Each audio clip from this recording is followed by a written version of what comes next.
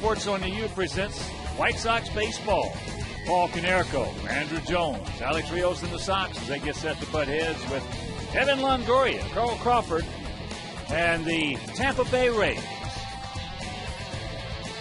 Hi, everybody, and welcome. With Steve Stone, I'm Ken Harrelson as we get set to bring you Game 2 of this three-game series. If you missed last night, you missed a Lulu, just a gem by Johnny Danks. He went out there, went 8 innings, giving up 1 run on 2 hits, a couple of walks, had 9 strikeouts. Sox won that ball game 4-1. Home runs by Canerico and Andrew Jones. So the Sox now 5-9, and tonight trying to continue on with Mark Burley. Best thing to do against these Rays is send a left-hander to the mound because they're hitting 170 against left-handers. That's second worst in the major leagues. And Mark Burley lifetime is 8-2 against a very good Ray team. So he has his hands full tonight because of the speed of his ball club, but he can negate that. He's 2-1, lost the last time out to Cleveland, but his defense let him down. Hopefully tonight he'll be able to throw just exactly like John Danks. They are clones of one another when they're going well, and we'll see what happens tonight. Wade Davis goes to the mound for the Rays. He's a big, tall, and very strong right-hander. Throws the ball about 94, 95 miles an hour with a curveball. He's 0-1. In 2 starts, he's faced CC Sabathia and Josh Beckett. Tonight, he faces Mark Burley. He's probably wondering, this is really a tough league. So let's beat him again tonight. All right, sit back, relax, and strap it down. White Sox baseball coming your way.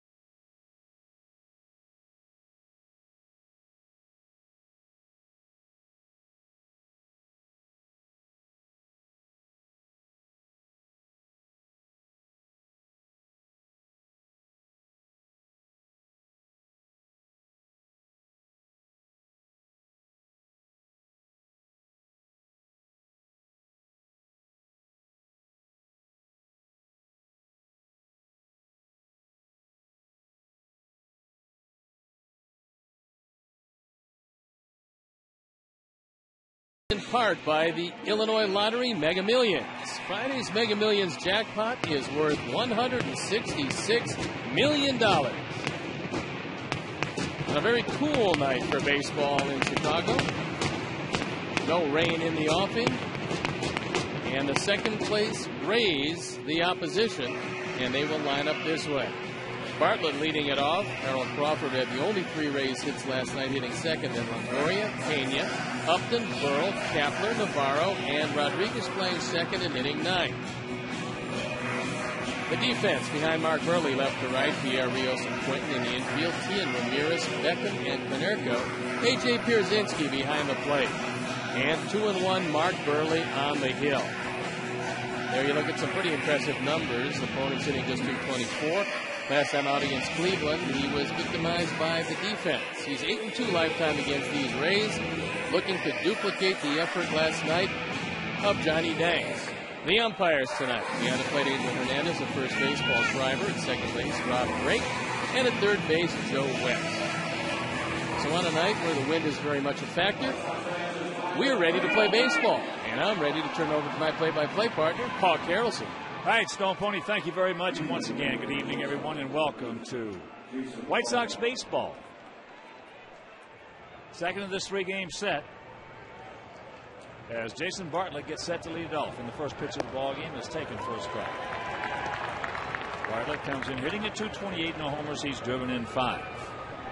Jason 0 for 4 last night. Of course, there were a lot of offers on this Tampa Bay team last evening. He only got 3 hits, and all of them by the same guy. And I would assume with the conditions and the fact that Mark Burley throws a lot of strikes that these Rays can't afford to be taking too many pitches tonight. Of course, the last time, back on July 23rd of last year, that Mark faced these guys, history was made. That's chopped foul. Because that was the perfect game. And a very similar team to the one that he twirled the perfect game against. Bounced that one.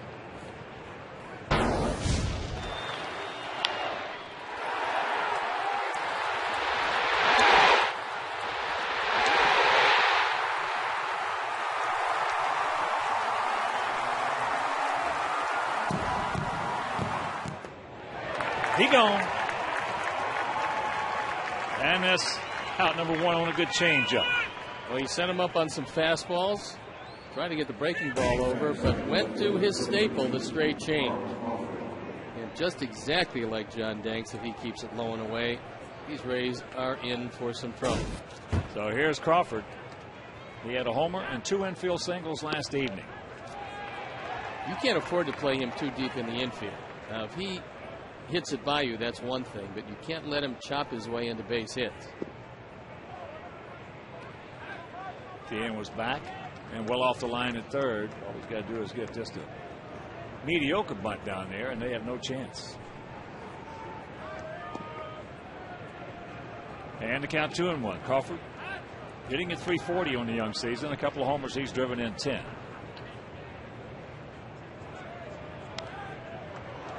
And that evens the count at 2. This is Carl Crawford's walk year, meaning his free agent year. Joe Maddon's doing everything to talk about Ray's pride and the fact that they raised him and trying to get him to re-sign. He goes.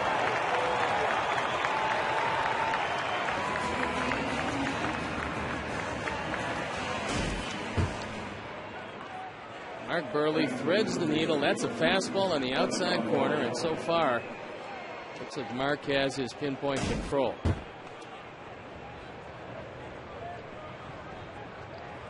So here's Longoria hitting at .275, 3 homers. He's driven in 12.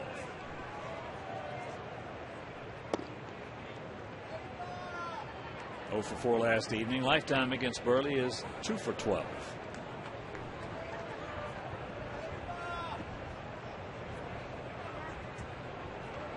Good news for Joe Maddon. They had a hoodie gate with Tampa Bay. Notice came down from the league that they didn't want him to wear his hood that he so dearly likes. Then on second thought, they called him up and said, don't worry about it. Why not? Wear whatever you want. It's cold down That's what he said. There's a strike. Well, those guys are passing on that rule, sitting at the desk. It's a nice warm office. And there's a strike, so a full count.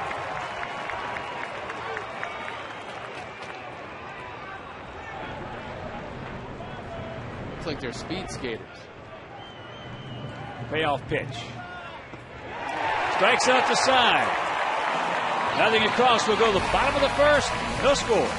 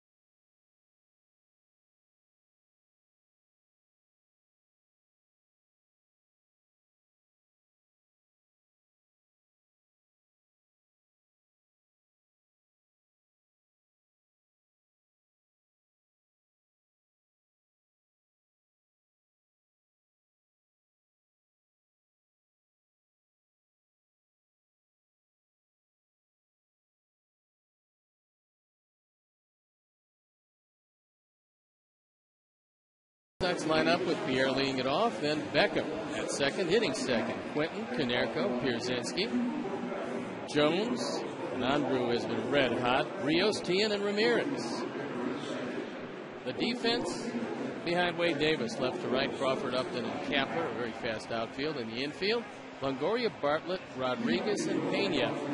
Navarro behind the plate, 6'5", 230-pound Wade Davis on the hill. Now, the problem he's had, in 11 innings, he's walked 8.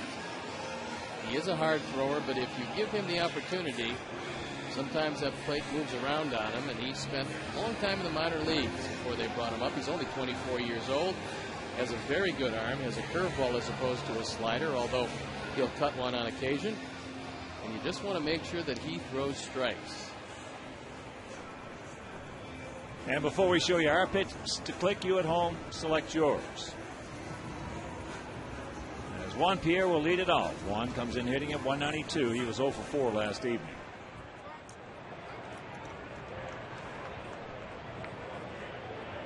Outfield about equal distance, spread out slightly to the left as there is ball one off the plate.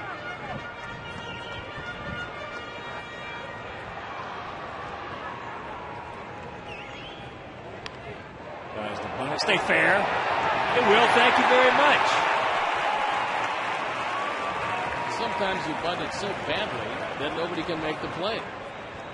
Juan was trying to just nudge that ball right at Longoria. Instead, he takes a half swing at it. So if he's trying to do this, this is perfect. There's no way in the world Barton can get to it. Now you got a running situation if you want against the combination of Davis and Navarro. And Gordon Beckham at the plate. Gordon hitting at 222, a homer. He's driven in 3. There he goes. Navarro's very good, but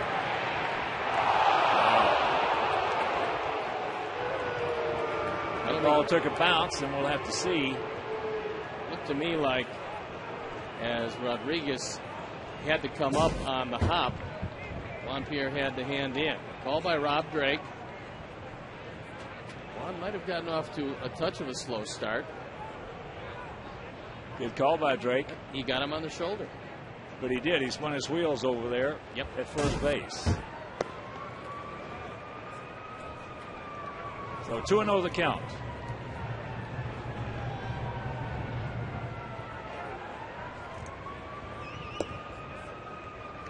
Navarro very good at getting rid of it and getting it down to second. The only problem he has, and he'll go through streaks where he doesn't block it particularly well. There's a strike in the count, 3-1. You got to figure you're going to get another fastball here.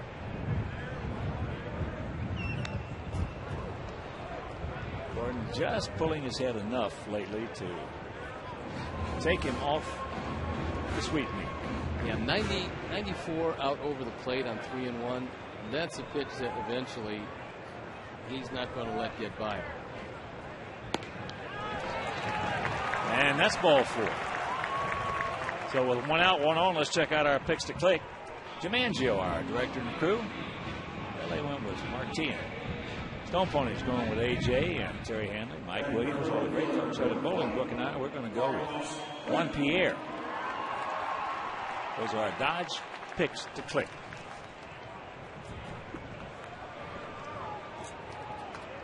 So here's Quentin. Carlos at 191, a couple of homers. He's driven in 11.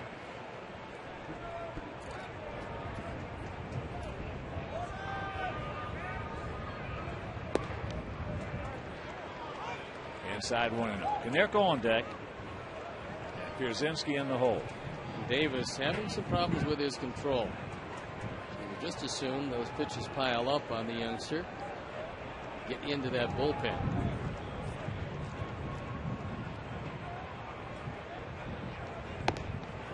Jacks it up, takes a strike. Davis out of Lake Wales, Florida.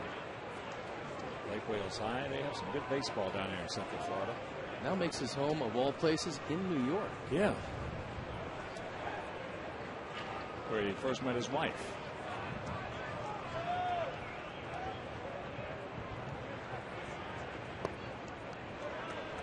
That pitch misses, so the count 2 balls and a strike to Quentin. Lake Wales very close to Winter Haven. Winter Haven always a powerhouse in baseball.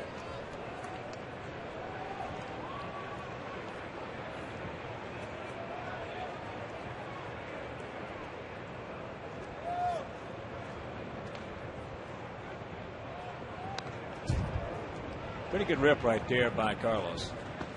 He was more in sequence in that one. So far, Davis has not gotten anything breaking or anything off speed over the plate.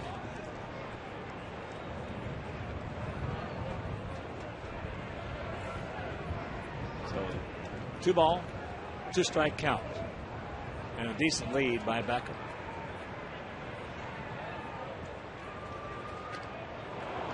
That swing was out of sequence. That was the first little cutter that he threw. It was still off the plate. Carlos couldn't check his swing. So here's Paulie. 261, 5 homers. He's driven in 10. Last night 3 for 4 with a homer and 2 RBIs. And he started scoring in the first inning with an opposite field double.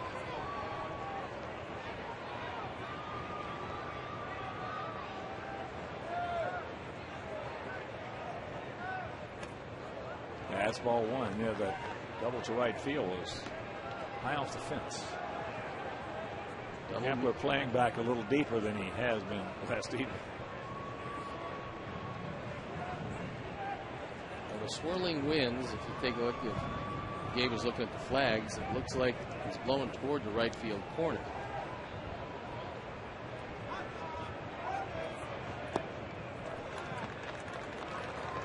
This is where Paulie's been waiting to get it. 2-0.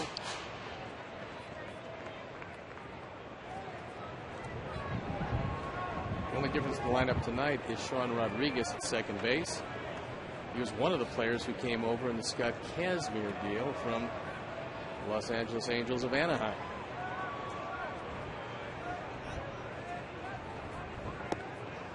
And the count 3-0. And I know you'd give him a 3-0 green light. Anytime he wanted to hit 3-0, he could. Because he's not going to embarrass you. Not going to be swinging a pitch over his head. And he's going to get a fastball. And he knows the situations. Those guys, you let them hit 3-0. Taking all the way, and there's ball 4. Well, we talked about the walking problem of Wade Davis, and he's walked a pair here in the first inning. Anytime you get a guy swinging the bat well like Paulie, coming off a big evening last night.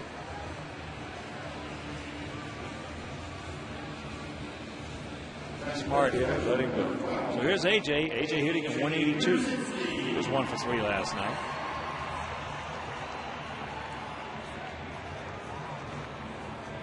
Crawford gets the ball very quickly in left field, and he's not playing overly deep, but deeper than you would think with AJ out.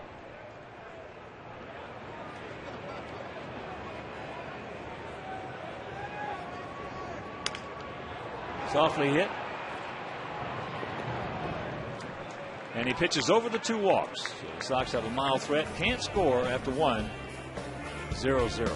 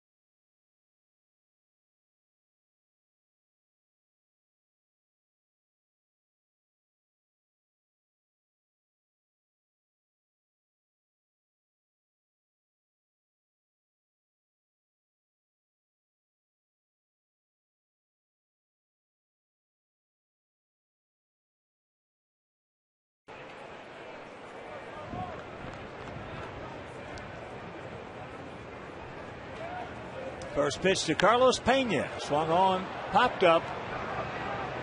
Trying to come back, but it won't. On top of our dugout. Burley, if you're just tuning in, struck out the side in the first. Pena comes in hitting at 261. 4 homers. He's driven in 12. He's going to have yet again another big year, both in home runs, probably in runs batted in, and certainly in strikeouts.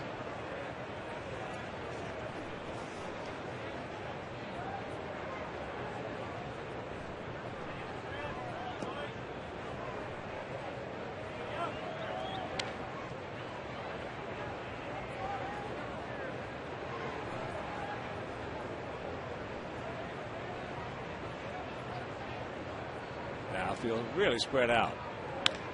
And that ball hit into the gap. Trying to come back to Pierre, and it does. Nice running catch.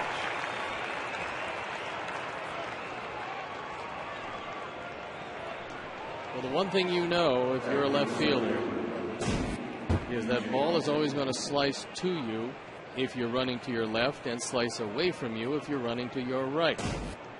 So Juan able to go back and haul it in.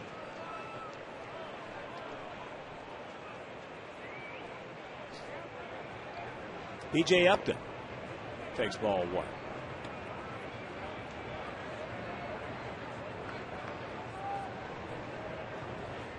Upton 0 for 3 last evening.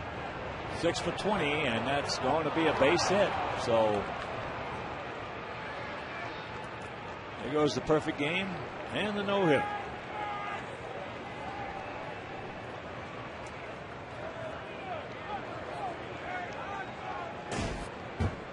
That one still has Upton's hand singing to him. Unfortunately, this was a changeup, and when you get the changeup up, even if a hitter doesn't have a real good swing at it, you can still do that. That pitch was down. He probably would have swung over the top of it.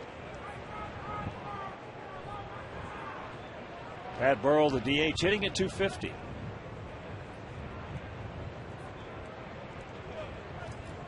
And the game last evening, Johnny Danks just had terrific command of his changeup. He missed with it. He missed down. That is the definitive pitch for our young 25-year-old southpaw, as it is for Mark. First pitch strike to the 33-year-old veteran.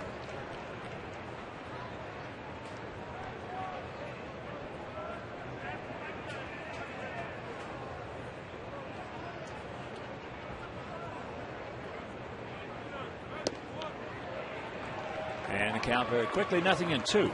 Burrell had some huge years with the Philadelphia Phillies. Always had great power.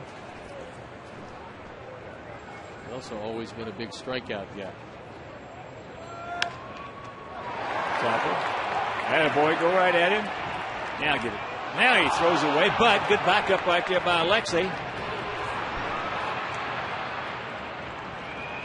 It's very unusual for Mark Burley to make that play. And heads up base running by Burrell, who doesn't have any speed, because normally when the base runner is trapped and Mark has the ball, he's going to record the out and leave Burrell at first. This was a very bad rundown play, as it turns out. And it's that throw, but good heads up play by Ramirez backing up. They do get the out, however, Burrell's still in scoring position.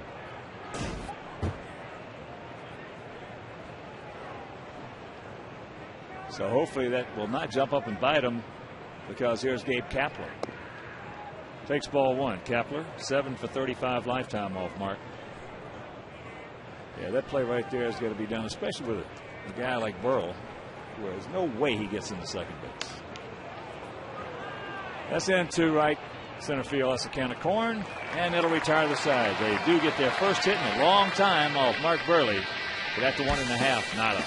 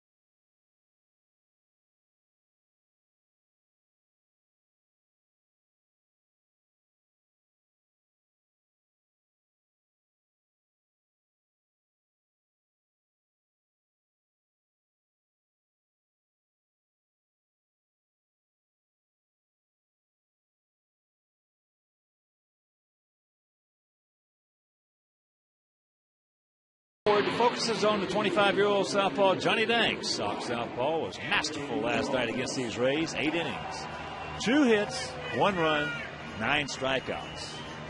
John Danks, tonight's Toyota moving forward.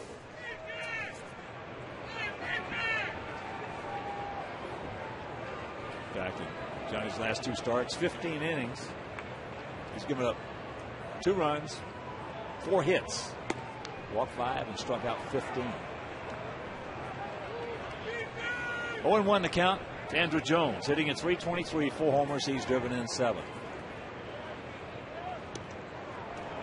And very quickly, 0-2. He was 2 for 4 last evening with a home run. That was a good, hard breaking ball from Davis, but it was set up by a high strike on the first pitch.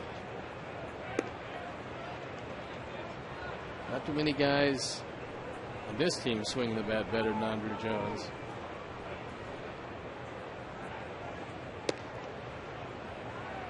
Good take right there. Boy, that pitch up in Toronto is a strike of him every time. And a full count.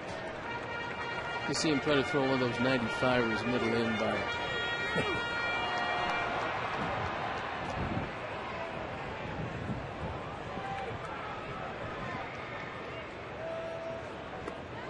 And he falls behind 0-2 and draws the leadoff walk. All right, Ike. Buy a ticket.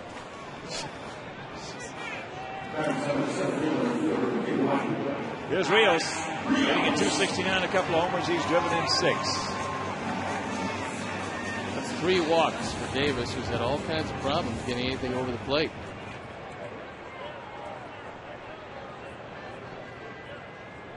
Alex 1 for 3 last night. Tripled in the 2nd inning, and then going into 3rd, ball got by. Oh, look at the jump he got right there. I would say, and wisely so, when Alex took a look at the Jones jump, he just stood there. That's the scouting report saying that perhaps he forgets to look at first every now and then. He goes into the stretch, but he never saw Andrew at first base. That little breaking ball comes back and catches the inside half.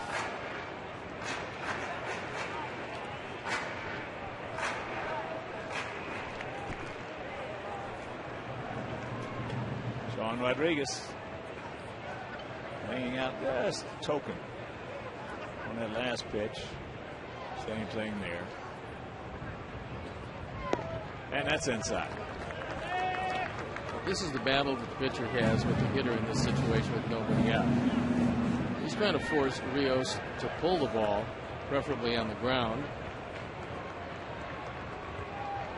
And Alex looking for something to hit to the right side or back up the middle to move along Jones.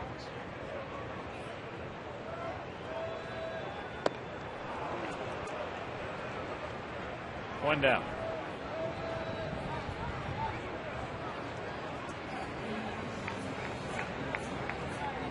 Enjoy your day at U.S. Cellular Field with family and friends. Tickets for the Chicago White Sox 2010 season are on sale now. Visit whitesox.com or call 866-SOX-GAME. Well, Bartlett is looking at Andrew right there. Like, I'm going to hang out in case you're thinking about going to 3rd. Now he backs up. Andrew's trying to get a little measure right there. And Bartlett, I would imagine, after seeing that lead, might come in just a little closer. Well, if he gets much closer, there's a tremendous amount of room on the left side between Longoria and Bartlett. And Tian can go that way. That's where Tian likes to hit the ball. He held his ground a little bit longer. And the count 0-2. Yeah, some guys, base stealers, they'd rather steal 3rd. They say it's a lot easier to steal 3rd than 2nd. You get a bigger jump. Much bigger. Bigger jump, and guys don't look back 2 or 3 times. Well, actually, in most cases, you're not stealing on the pitcher. You're stealing on the second baseman or the shortstop, because that's inside. if they are inert, so to speak, or dormant out there, just standing around, you can get a huge lead.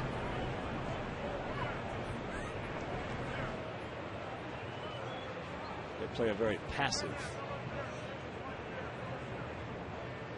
situation in that scenario. Got him with a breaking ball. So 2 down. Suddenly the Davis curveball is starting to find the strike zone. 3 walks, 3 strikeouts. There's the hook. And he drops it into the zone.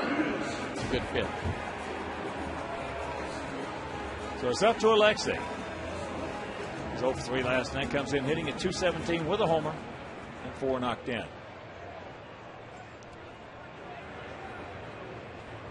Well, 2 out hit right here would really be nice. Pitch inside. Alexei's a very good first ball fastball hitter. You can throw the fastball if you do just that. Keep it off the plate.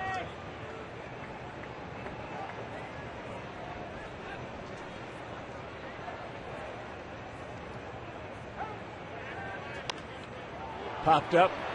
Get out of here. Pena cannot make the play as it's on top of the dugout.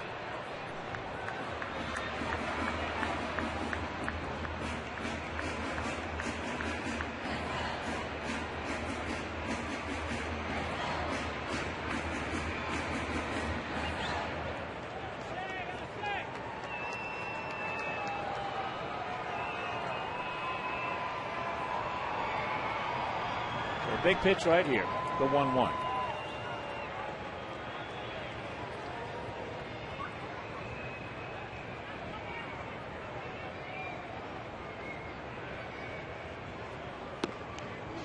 Pours the fastball over at 95.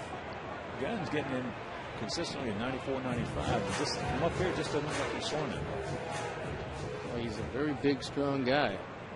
Well, that don't mean he's 6'5", 220. Some guys get out there. You look at Matt Thornton throwing easy. Looks like he's throwing 100. Is that breaking ball? Good pitch by Davis. But Alexei, good job of staying off of it. This is a tantalizing curveball that's just off the plate. A lot of guys are out on that one. He's sitting next to him. You were out on that? Oh, grab some bench hawks. Hawkaroo is gone. Oh, he jammed himself. Got a cookie right there. Couldn't do anything with it. So the leadoff walked the stolen base. Couldn't do anything with it.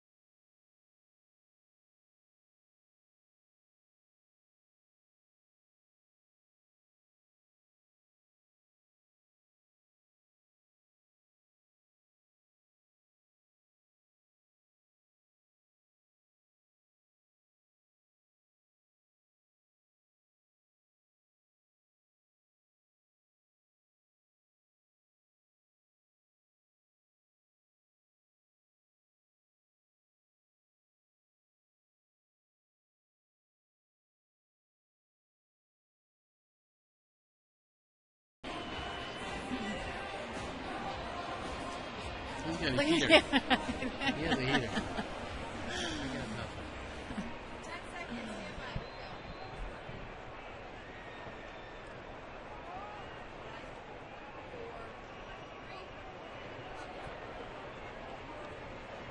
I'm here with Christine O'Reilly from the Community Relations Department, and she's going to tell us a little bit about Family Field Day, and it's a little unusual this year because it does have a garage sale and much more. It does have much more, Steve, and it's a pleasure to be here with you. Family Field Day is such a great event. We do it every year.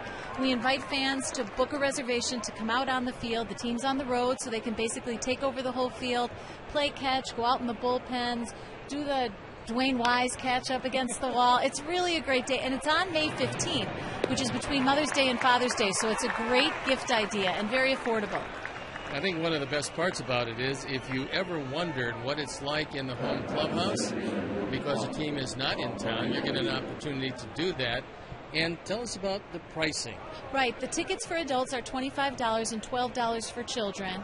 And then we will have the home clubhouse open that day. So for an additional donation to White Sox charities, you can tour the clubhouse. It's such a cool thing because that's an area where very, very few people ever get to go. And the garage sale is amazing. And we have so much stuff that so many things are going to be priced to sell. Great uniforms, jerseys, bats. Jerseys for as little as $25. So it's really a great opportunity. And if you don't want to be on the field for Mother's Day or Father's Day, I'm sure we have a great gift in that garage sale. May 15th. And we're selling tickets online at whitesox.com. And tell us about what time. There's 3 different on-field sessions, Steve, so you can book for the 9:30 session, the 11 o'clock session, or the 12:30 session. The garage sale is open the whole time. The garage sale is open, and you don't need a ticket for the garage sale. That's free. So the 3 different times, and really go to whitesox.com, look online. We've got all the information, and we'd love to see a lot of people out here. It's a great day. Christine, thank you very much. Thank you, Steve. All right, the one-out double by Sean Rodriguez, just a little duck snort right down the right field line, very similar to Upton's.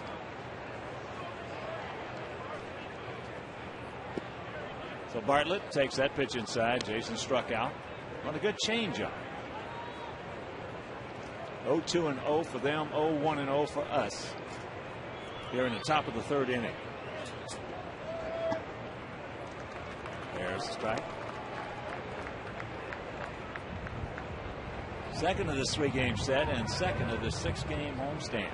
Finish it off Friday, Saturday, and Sunday against the Mariners.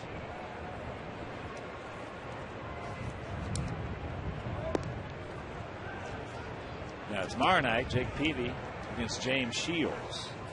That's a terrific matchup.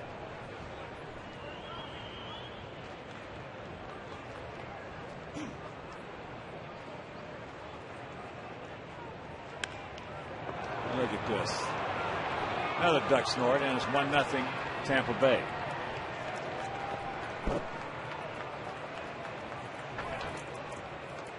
RBI number 6 for Bartlett.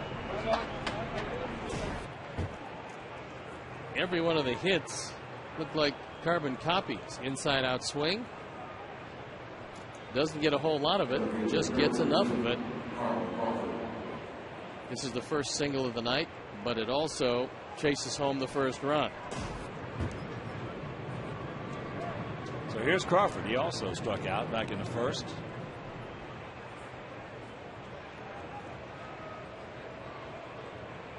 Outfield about equidistant, spread out slightly to the left. Bartlett 2 for 2 in stolen bases. The Rays 18 for 23 in that category.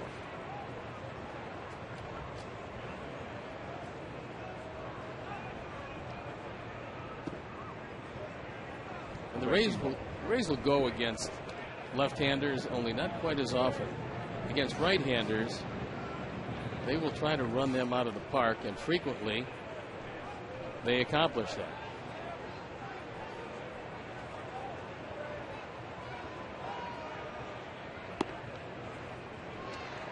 That strike evens accounted 1 to go along with the 1 out.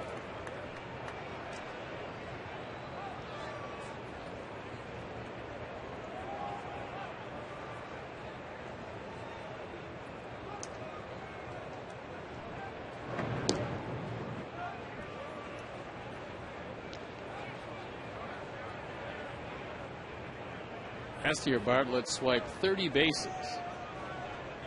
And when you hit 320, that's a pretty solid year. You got it picked off. He gone.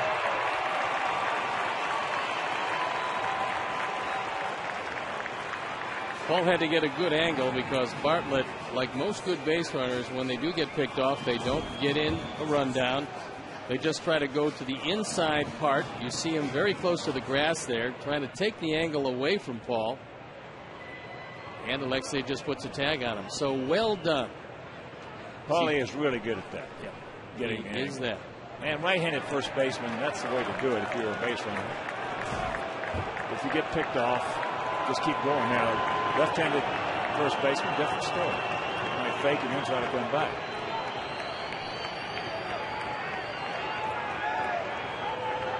Timeout. I think Joe wants a timeout. And he was standing right there. And Angel Hernandez couldn't hear him. I didn't want to give him time. He said, well, hold on. Now, Joe West is coming in. I wonder if they're going to either call a balk. Joe likes to insert himself into the game at times. This is going to be interesting.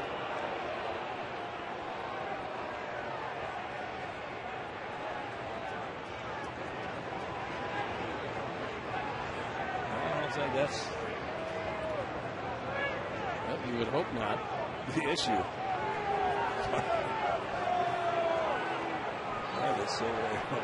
I think Joe wants one of the strikes to be taken away. Maybe both of them if he can get them. Madden's not going to let it go. Now he does. This is really funny because Joe is trying to get that timeout called. He keeps walking up. Angel can't hear him. He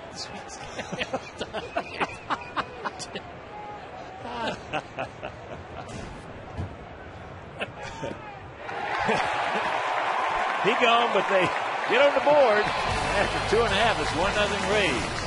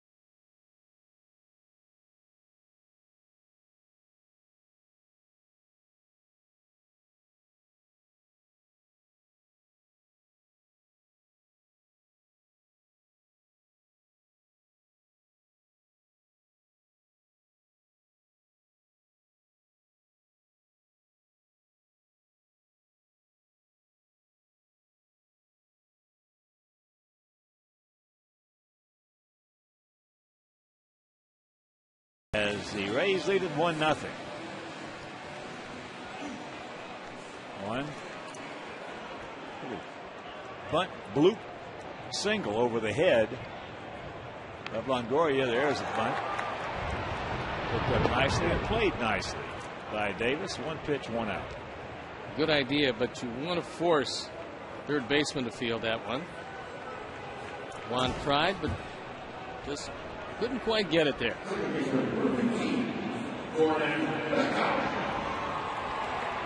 Davis, for a big man, good smooth play.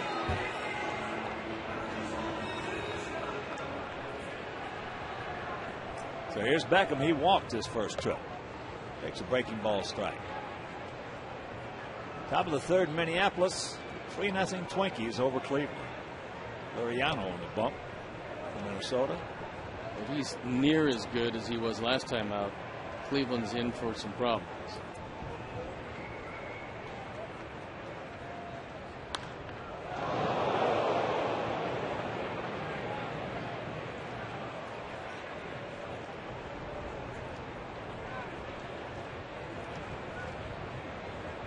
To the count to Gordon.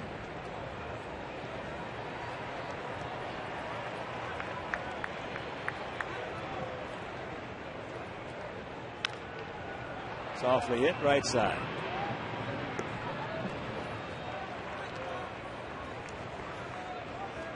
Own a piece of club history and commemorate your allegiance to the team with personalized White Sox historical scorecards. Proceeds benefit White Sox charities. Please visit WhiteSox.com to order today.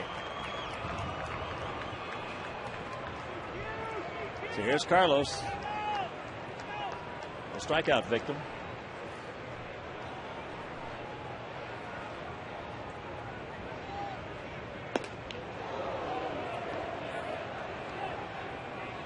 That pitcher's on the register at 93, and that looked like one of the better fastballs he's thrown. Seems like it always does when it's up. Well, you know, that's what I can't understand about the guns. The guns are more for the fans than anything else, because the real guns are the eyes of the hitter. But any hitter will tell you that the guy who throws a good fastball is a lot quicker upstairs than he is downstairs. Most of them like to save that for the wipeout pitch. They don't like to stay up there early because that yields some home runs. And Davis has given up 2 of them this year. That was the one he wanted to throw by him, but Navarro wanted it up even a little higher than that. Well, it's knowing how to pitch up. You have to pitch up for a strike.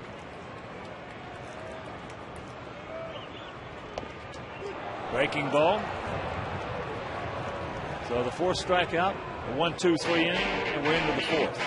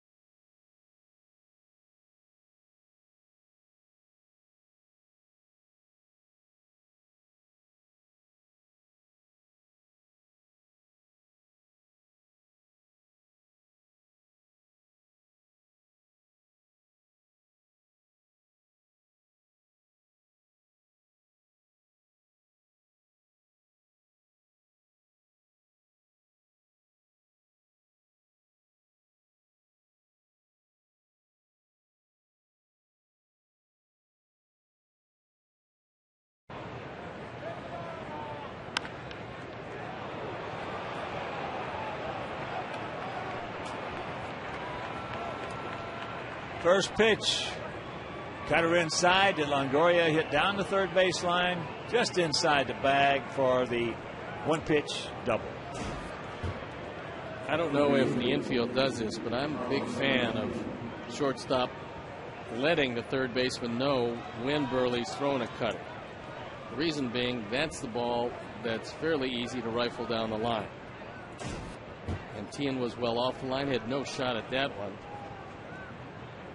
That's the third double of the night for these Rays. First one that was hit decent. And here's Pena. He went out deep to left center. And that's a high fly, and that's going to be a souvenir.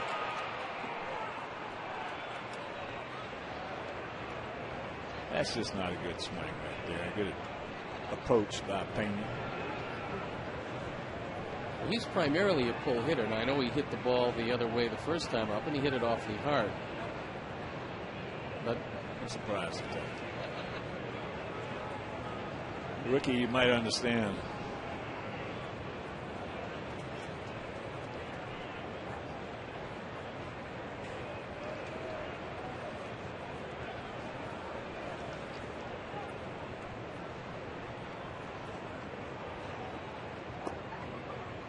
One of the things you have to do is continue to keep your eye on Longoria. He's a big man also, but he's got pretty good speed. He's tried to swipe 3 bases. He's been successful twice. He's one of those guys, if you give it to him, he'll take it. He's smart. Oh, he's a good base runner.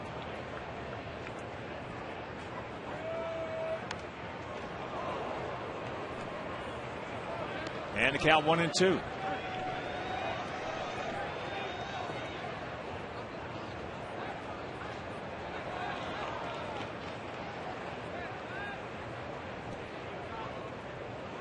Outfield spread out, big gap in left center.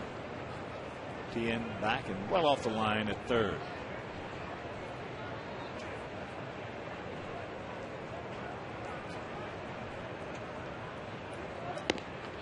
Up high, a little too high. Wouldn't bite. 2-2. Pena last year, 227, 39 homers, 100 driven in.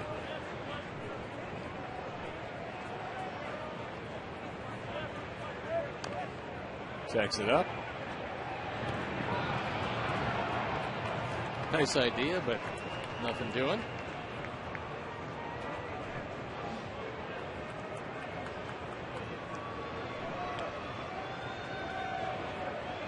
So the count hangs at 2-2 on the foul by Pena.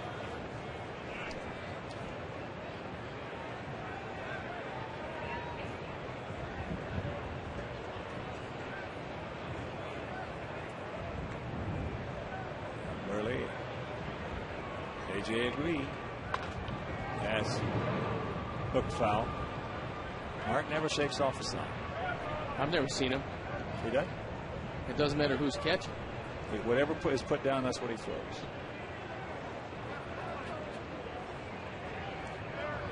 I'm sure that there's been many games that he'd be driving home second guessing himself.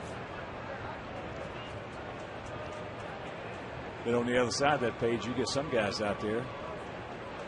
You give them a chance, and they're going to outdone themselves by shaking off. That is popped up. Paulie. Actually, Gordon has to take control on that one. That's his play. Yeah, because Paul is drifting with it, and Gordon has the angle. But again, you're dealing with a guy that's playing second base for the first time.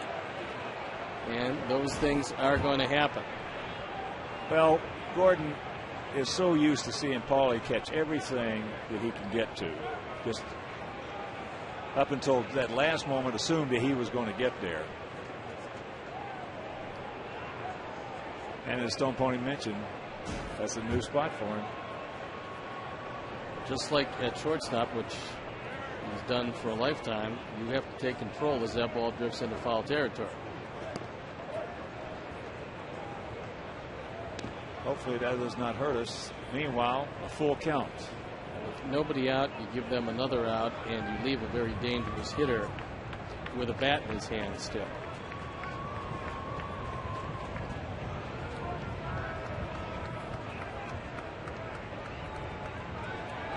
Payoff pitch.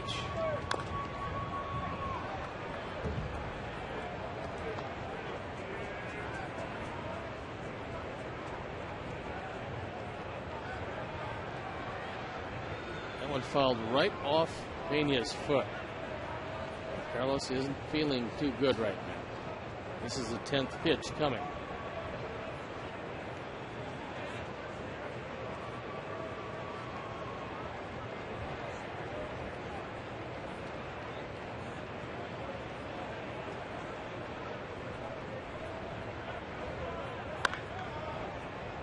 And that is yanked foul. Boy, when you hit one and foul one off your foot like that, you get ready to get in that box for the next pitch. The thing is in the back of your mind is, please don't come in there again. That's exactly what I would always be thinking about. If I cut the ball and then, especially left-hander, fouled it off his foot, cut another one in the same spot. Exactly. Maybe he'd hit it off the same spot. So the out that should have been is on first base. Longoria at second, nobody out, and here's Upton. We had a little bloop double in the second inning.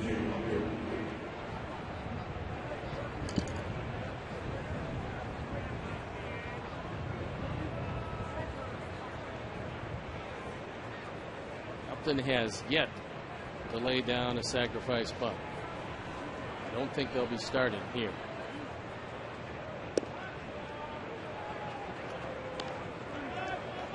If you think back since Madden has been at the helm of this ball club, they don't bunt much.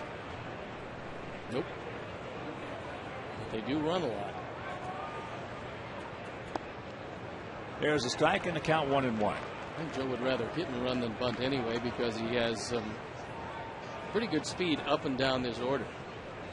Well, I'm with him in that, on that issue, I should say. But the bunt still is a beautiful weapon. As there's a flare into right field once again. Now, bad throw. You just can't make that throw where you don't hit the cutoff man, because you allow the trailer to go to second base. And this is what Tampa Bay is going to do to you. Upton with his 12th run batted in. That's another changeup that wasn't as low as Mark would have wanted it. So he hits it off the end of the bat. But on the throw to third, where he has no chance at all on Pena, Carlos threw it too high. And Upton read the arc of the throw and took off, and he's standing on second out of a double play. Now the infield, corners are in. Like say halfway. And Beckham back a step or two.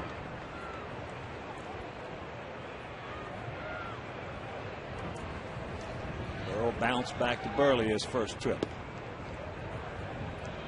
Kepler on deck. So a lot of trouble brewing here in the top of the fourth. One in, ducks on the pond, nobody out.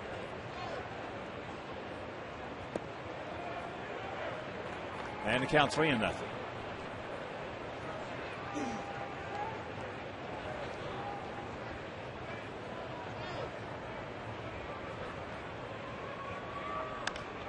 And he is turned loose. Pena tagging. Carlos not in good shape at all to make the throw. He caught it flat-footed. He backed up a step. No, I agree with you. You know there's going to be a play, and you've got Pena, who has decent but not overwhelming speed by any stretch. You've got to get in position, come forward, and then make the throw. Carlos, right there, takes a couple of unnecessary steps, throws it off the mark, and it goes as a very short sacrifice fly. So the man who should have been out, who walked, has come across to score. And the infield in for Kepler. 3-5-0 for Tampa Bay. No runs, 1 hit, no errors for our Sox.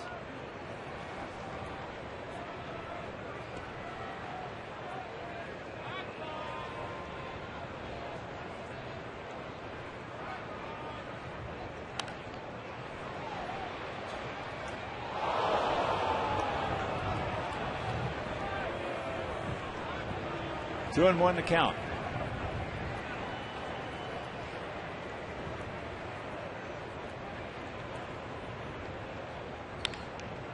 And there's a base hit. It is 4-0. Just the second run batted in for Gabe Kapler.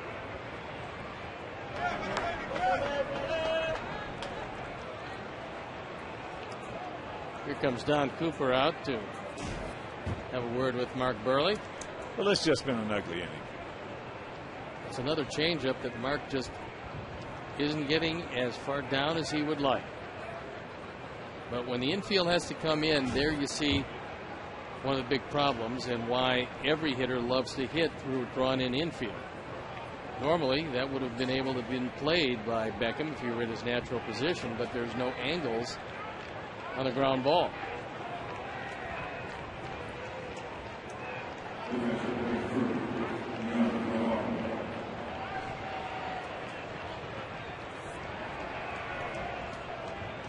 So still just one out. Here's Navarro. He grounded out to Alexei.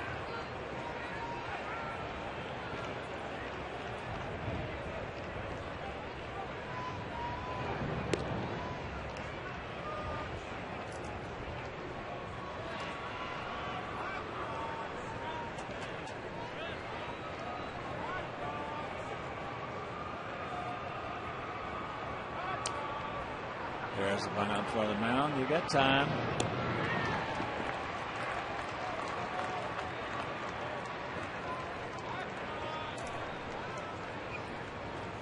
Sunday, May 9th, celebrate Mother's Day at U.S. Cellular Field, presented by Walgreens. Bring your mom, aunt, or grandma for a fun-filled day at the ballpark. The first 10,000 ladies receive a white baseball hat presented by Walgreens. For tickets, call 866-SOX-GAME or visit whitesox.com. There's Sean Rodriguez. A little flare double. And look at this. There's a little flare single that's going to score a run. Spend some real money.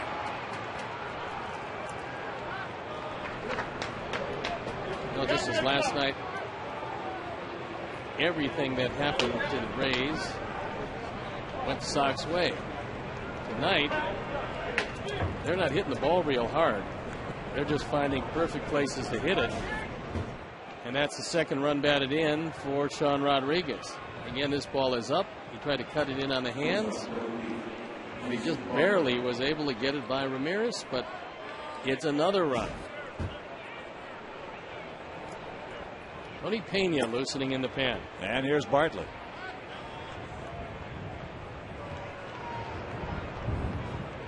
They have 7 hits. Only one of them's been hit hard as they got him. So he is picked off with a big crooked number, goes up a 4 spot. We'll go to the bottom of the 4th, trailing 5-0.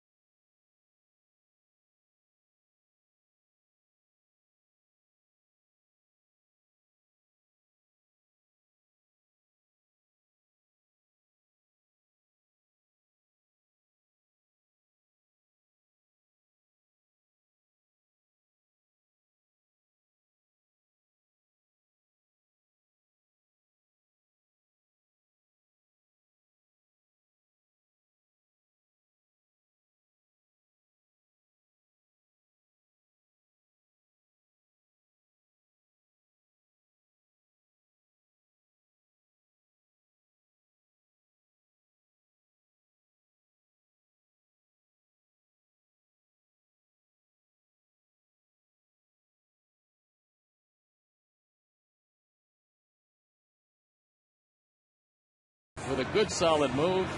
No chance for Rodriguez, who gets stepped on in the process. Watch it one more time. All it took was that lean. Ball steps right on his hand. See what's new from AT&T. Visit www.att.com.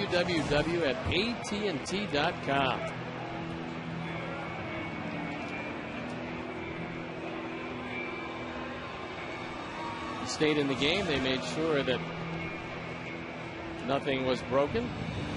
Like he got cut just a touch, but more scrapes than anything else. So it's a 5-0 Tampa Bay lead here in the bottom of the fourth. 5-7-0 for them, 0-1-0 for us. It'll be Konerko, Pierzynski, and Jones. Come on, boys. Let's get something started off this guy. Maybe throw some strikes. And we've been through the lineup once, so they know how he throws. Goes back once again to guys that we haven't seen before and how tough they seem to be on the Sox lineup. First pitch strike right there. Outfield straight up for Konerko. Cold evening here in the beautiful city.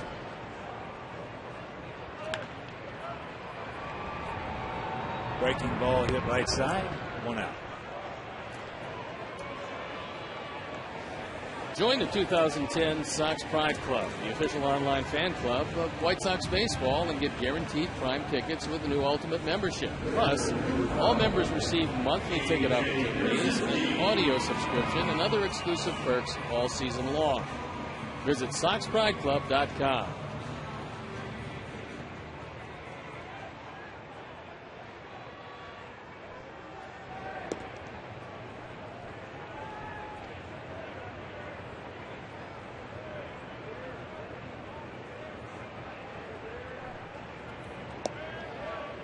AJ takes a strike and the count 1-1. Watch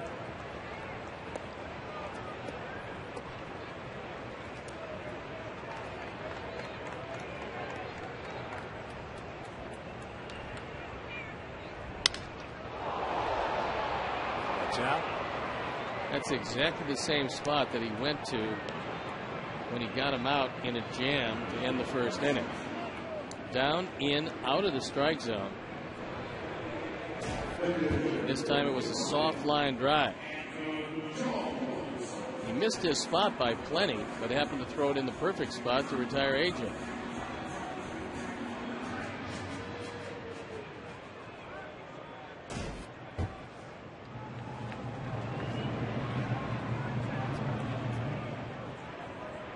Well, that little pop-up, it was not caught. It changed the inning completely. Cost us 3 runs. It changes innings when you give good teams more than 3 outs. Cost us 3 runs. Should be a 2-0 ball game. Andrew was down in the count 0-2, then walked and promptly picked up the second stolen base with a Lance Johnson type jump. It's a very good thing about watching Jones play is he seems to be taking advantage of all the little things the opponents give. We know the power's there.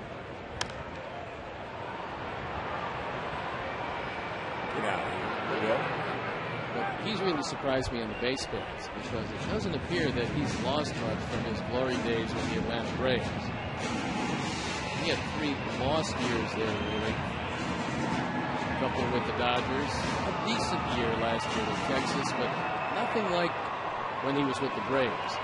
This year, he looks like shades of what Andruw Jones used to look like. All right, you got a cookie right there and just underneath it. Hanger. Well, if you're going to hang him high. Not only for Clint Eastwood, but for most pitchers. Chops that one foul.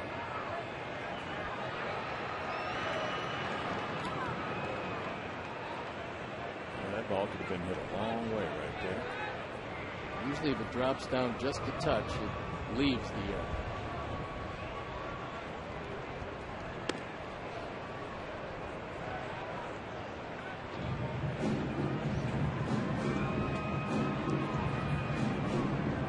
2 out, 2 balls, 2 strikes here in the bottom of the 4th.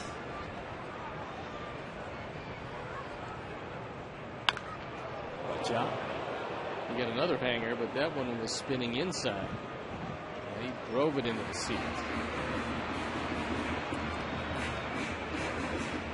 But any kind of patience at all against West, or Davis, I should say, Wade Davis. You should get a good pitch to hit. I'm not sure how he got to that to spoil it.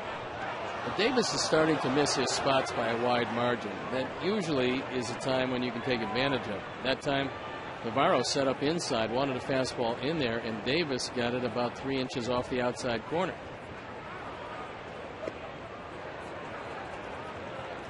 And a full count. Alex Rios on deck.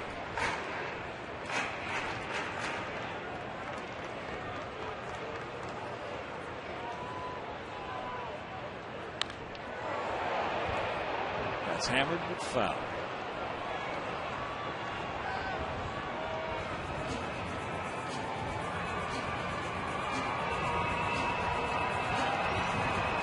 This will be the 12th pitch in the sequence.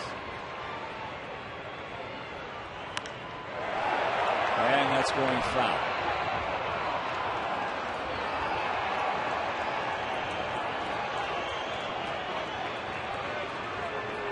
Nice battle between Jones and Davis. This will be the 66th pitch. Andrew wants to see that fastball just out a little bit more over the plate. He's in that swing mode. But not on that one. Buckled his knees. 1, 2, 3 inning. And we trail by 5.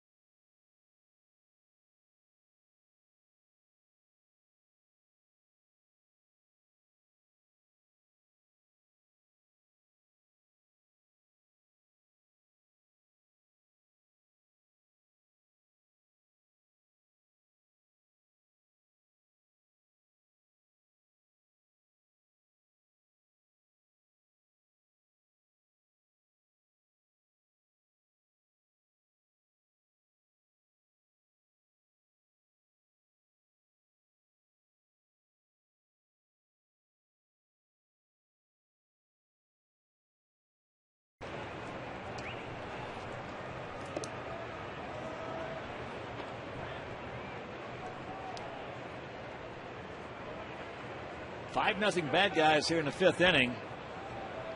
Bartlett takes ball 2 from Mark Burley.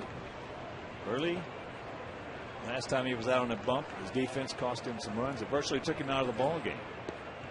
Well, that's what happened last time out in Cleveland. He gave up 3 runs that he never should have. That took him out of the ball game. And then tonight we give him another 3 while he's out there.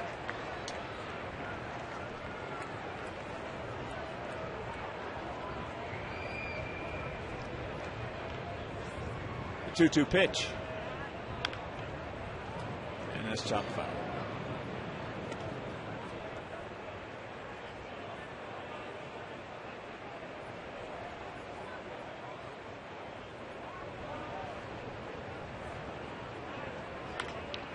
And there's a base hit, poked right in the hole.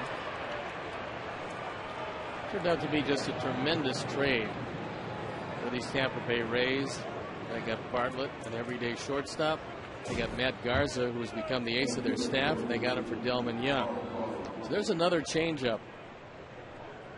And Mark has been just throwing those too high tonight. It's as simple as that. They're not getting hit hard, but when he's right, they're down further and they don't get hit at all. So here's Crawford. He's 0 for 2 with a couple of strikeouts.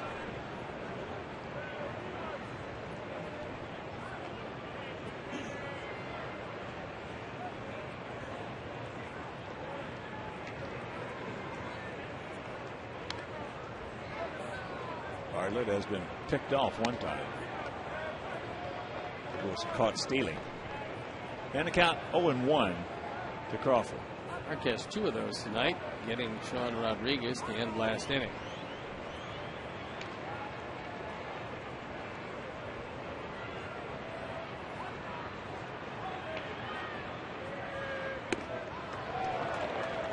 Nothing in 2. Tony Pena is throwing once again in the bullpen. As we pitch number 75. Tony.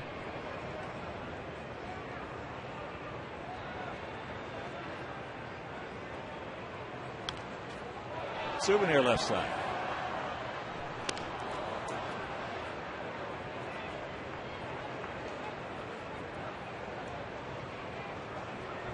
Top of the 7th inning at Fenway, Texas, and the Carmines are tied at 7.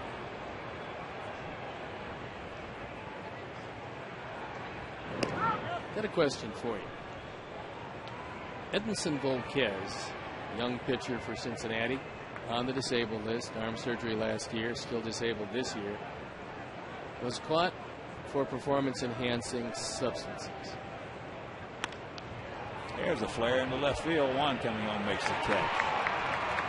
Now he has to serve a 50-game suspension, and they are allowing him to serve it while he's still injured.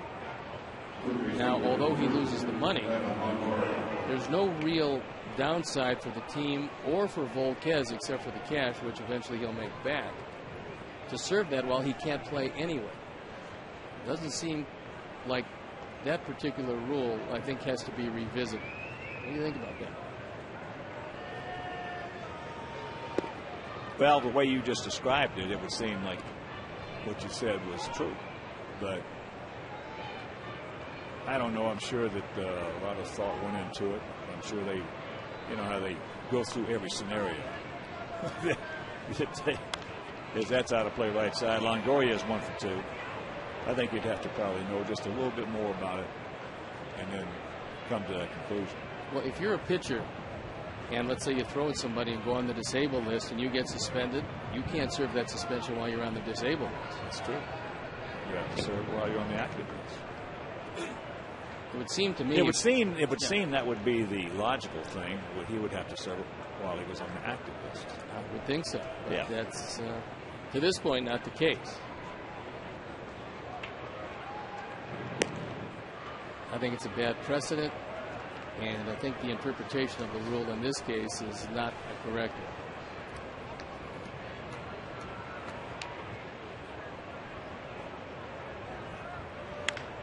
Ball hit hard. Get down. It well is off the wall. So the double by Longoria, his second 2-bagger. That's his 5th of the season. That was a sinking line drive, and that was the only thing that kept it in the ballpark. Pierre has no chance to get this high fastball.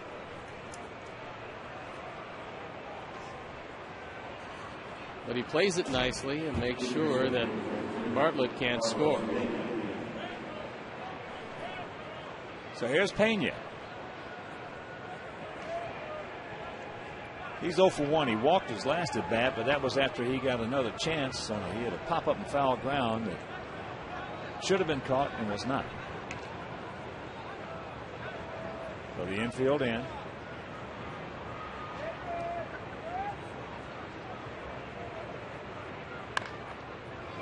chops that breaking ball foul.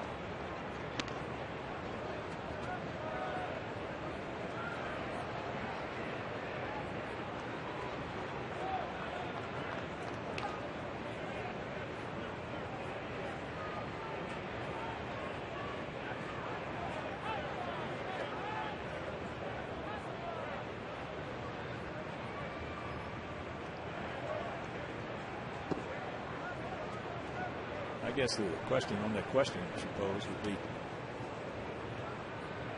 when did they find out he took the substance? Well, when they tested him, and it had was he on the DL when they tested him? I believe so. The ball hit in the center field.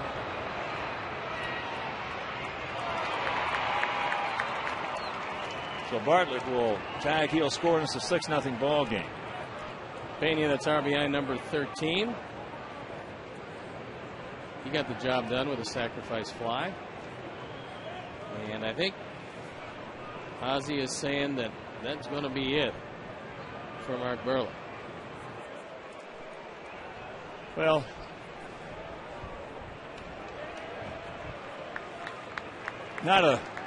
he didn't get any help tonight from his defense, even though he was not.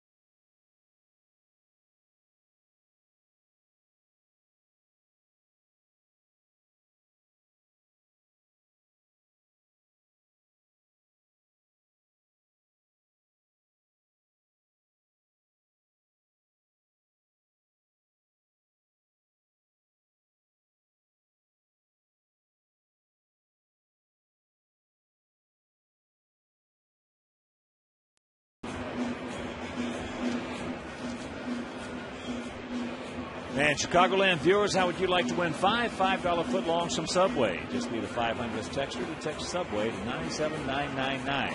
Go to WGNTV.com for complete info and rules.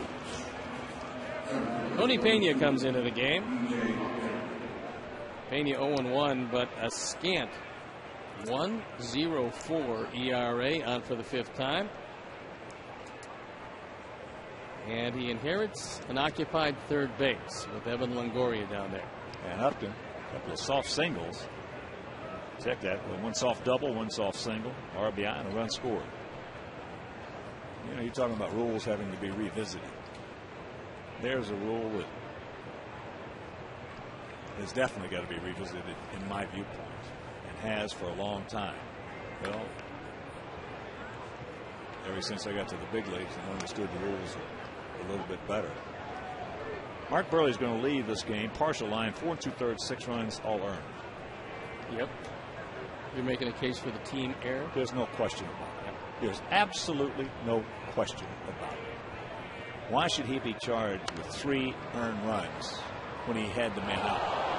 The man should have been out. There should be a team error. I'm telling you, it's just, there's no doubt about it.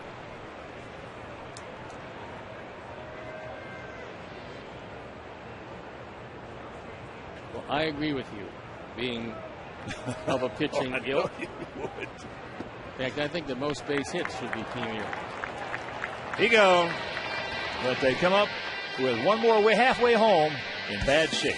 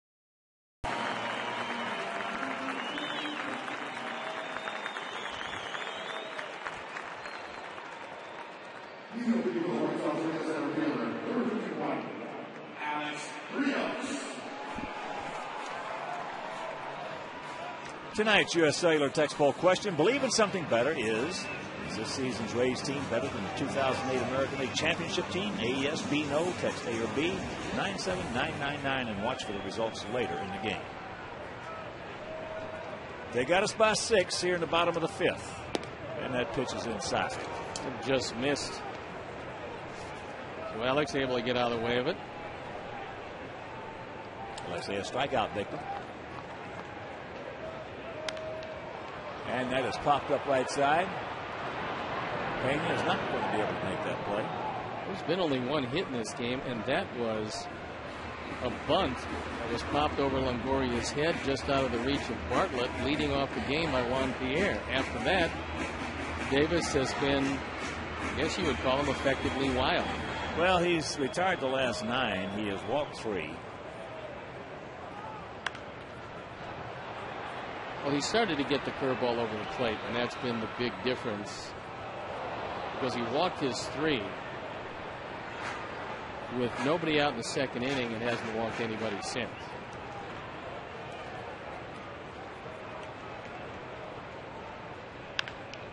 Ball hit solid. 1 out. Organize a group outing of 20 or more guests during the 2010 season. Purchase a block of tickets or enhance your outing with one of 6 great party areas. The more tickets you order, the more money you save. Call 312-674-1000 or visit whitesox.com. Well, Davis has got a major league arm. He's got major league stuff. There's no question about that. He's got a good arm. Good fastball, good curveball. Goes there as a strike to Tien. So it's going to be a question. He comes in a 1-1 with a 4.09. That's an all shabby. Not in this league. No, when they kind of eased him through the system, he was at Princeton in 04 and then Hudson Valley in 05, Southwest Michigan in 6, Vero Beach and Montgomery in 07. And last year split his year, well, mostly at Durham in AAA. But he did make 6 starts and went 2-2 with 3.72 ERA for these Rays. In the inside corner says Angel Hernandez. And Martin is letting Angel know that he didn't particularly care for that call. Close. Definitely has some tailing action on it. I think a pretty decent pitch. Yeah, it did. Certainly close. Too close to take. So here's Alexei. Alexei jammed himself on a hanger and popped it up to left field.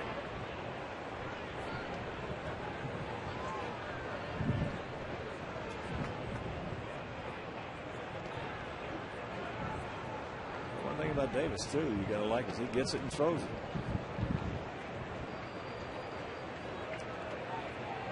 That'd be some of the best advice that pitching coaches at every level could give their young pitchers. Teach them how to work fast.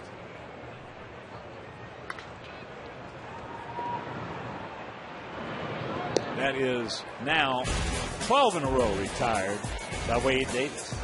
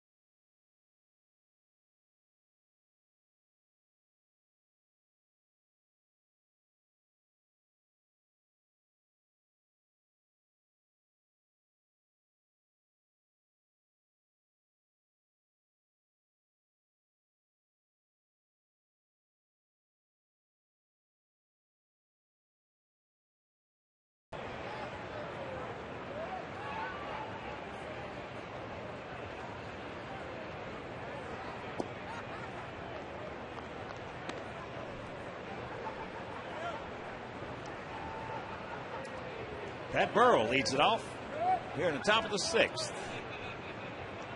He's 0 for 1 with a sacrifice fly. Now he is 0 for 2.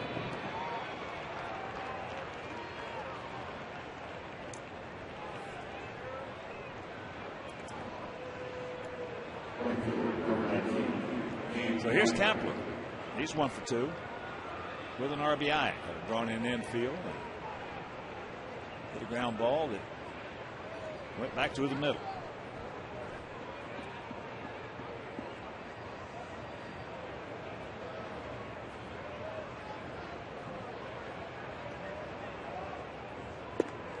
Now that rule change, I think, it will eventually come into play. I don't know when. It will eventually be a team error situation. Well, they've talked about it for a long time. Not there yet.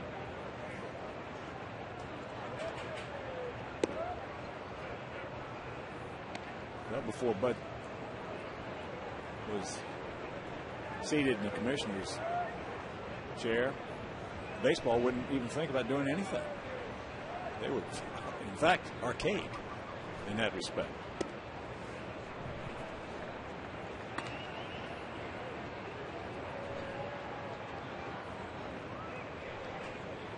Three and 0 the count to Kaplan.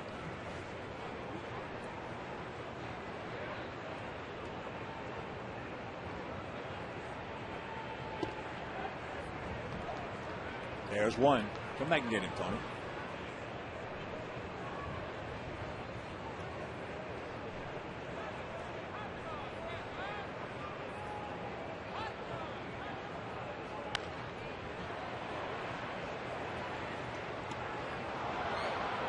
In and out of the LG Skyline club seats. So a full count.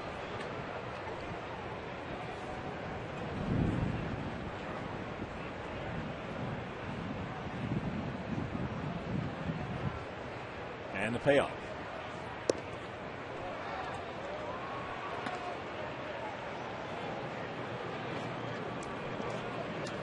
Visit WhiteSox.com today to check out the Chicago White Sox Charities online auctions. Unique White Sox memorabilia and experiences will be posted every 2 weeks. Visit WhiteSox.com to place your bid today.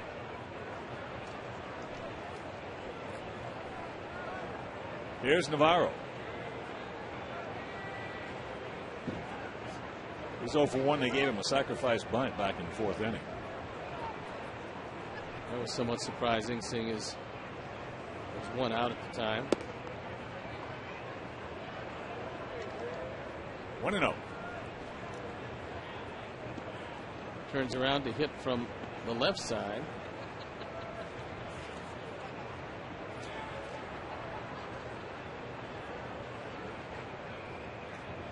Outfield for the most part straight up. There is a gap in left center.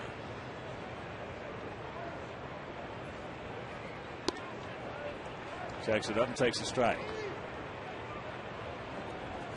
Navarro last year, tough season for him. 218, 3 homers and drove in 32 after having a real good 08 year.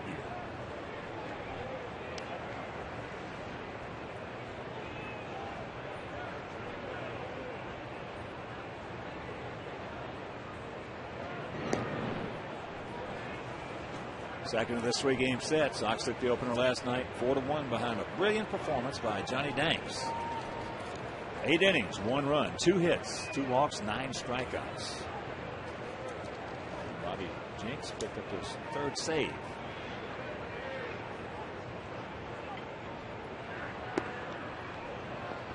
We are right back at it again tomorrow. And a good matchup, Jake Peavy and James Shields.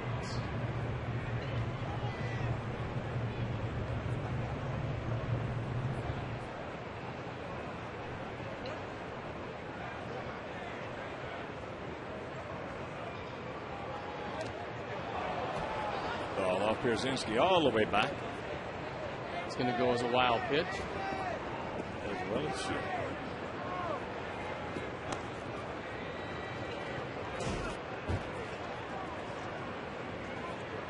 That ball hit right off the plate. The right arm of AJ and went all the way back to the screen.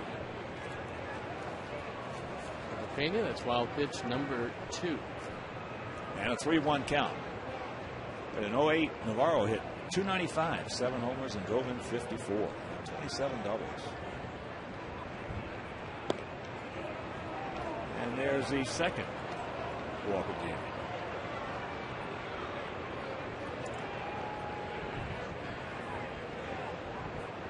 So that'll be up. Bring up, I should say, Sean Rodriguez, who has doubled the duck snort, singled the duck snort, knocked in a run and scored one, and has a stepped on hand. And Don Cooper just called to the bullpen.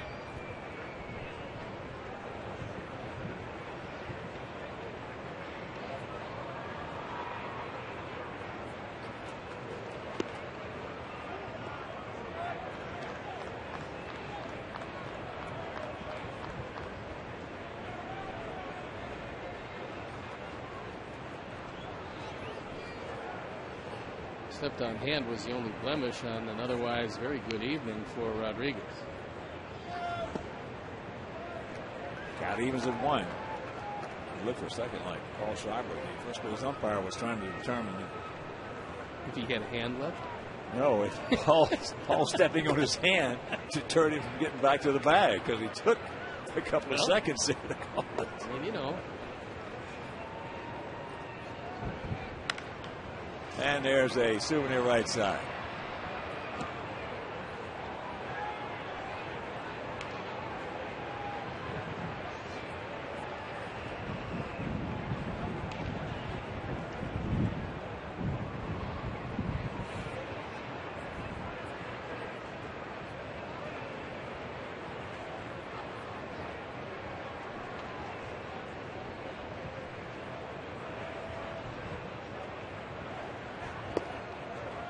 Good try, missed it, and the count 2-2. Way back when they used to do first baseman named Vic Powell. Remember him? One of the best first basemen ever played the game. Only one I ever saw that caught the ball consistently on the run. Always one-handed. He had to hit a moving target. But when he was holding you on at first base, if you had the ball hit solidly in the left center field. So the 2 walks are going to cross the plate on the 3-run homer by Sean Rodriguez. That wasn't a duck snort. And it's a 9-0 ball game. Apparently, Paul did not step on him hard enough to stop his first home run of the year. He's driven in 4 tonight, giving him 5 for the year. And it's quite a night for the man who didn't get any play last night in our 4th drive of the game. This looked like a hanging slider, and they usually go a long way, and this one no exception. So they score 3 runs on 1 hit. And here is Bartlett. He's 2 for 3. But if you were at first base, had to dive back in, you never got there. That's the way a few generations later. I have the name of Bobby Grich. Used to block the second base. Bobby was the best I've ever seen at second base. He would put his knee right in your neck. And you just stopped like you were hit by Ray Lewis. You stopped wherever your slide was, tried to get his kneecap out of your jugular. He was the best second baseman I ever saw.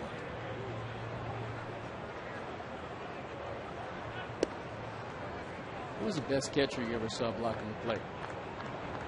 Well, they say Social was probably as good as it was. I didn't see that much of him.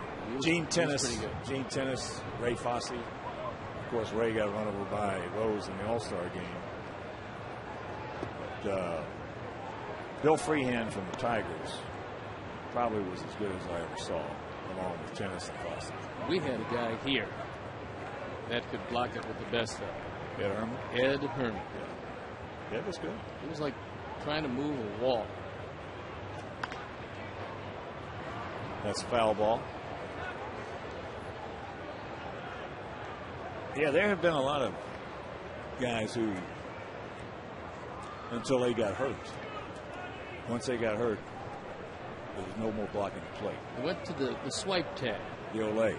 Yes. Come up in front of the plate, get it, Right. and try to get him and reach back with the swipe tip.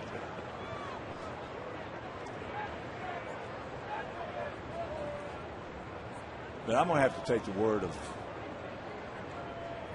friends of mine who said that Socha was as good as anybody. I watched Mike play, and he took pride in the fact that you would come in and he would bury you right where you came in to play.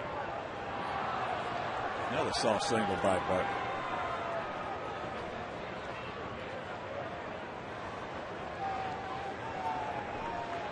And here comes Ozzie.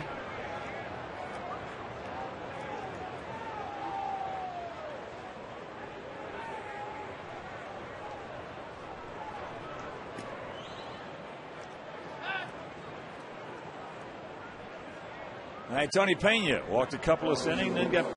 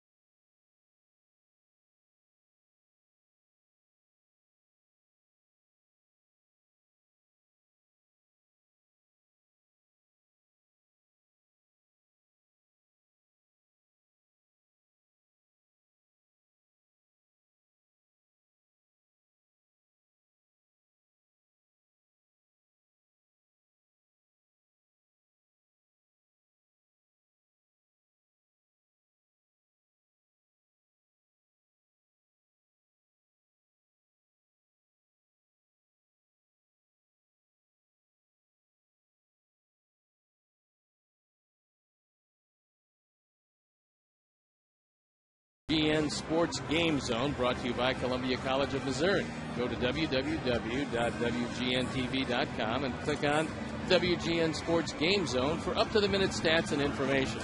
The Game Zone is available for every White Sox game and brought to you by Columbia College of Missouri. On-campus and online classes fit your schedule and your budget. Randy Williams comes into the game. He inherits Bartlett at first base. And some pretty impressive numbers for Randy. They're not holding Bartlett on. Crawford has struck out twice and gone out to left.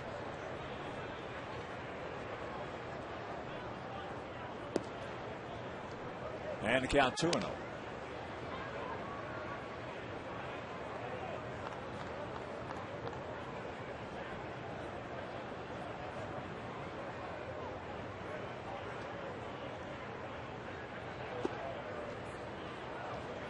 And count 3-0.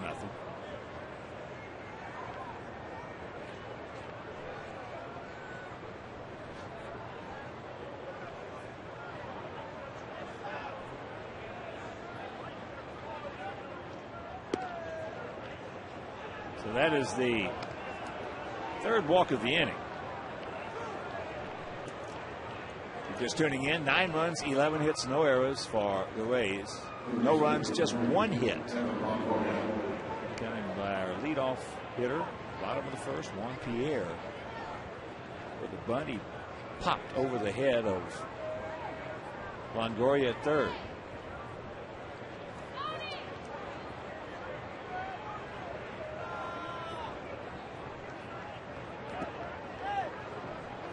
Longoria, 2 for 3, a couple of doubles, and a run scored.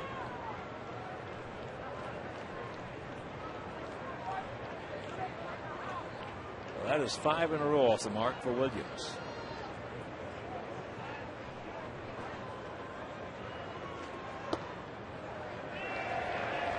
And a little Bronx cheer comes up. Longoria is one of those guys that you will see just get better and better with every passing year.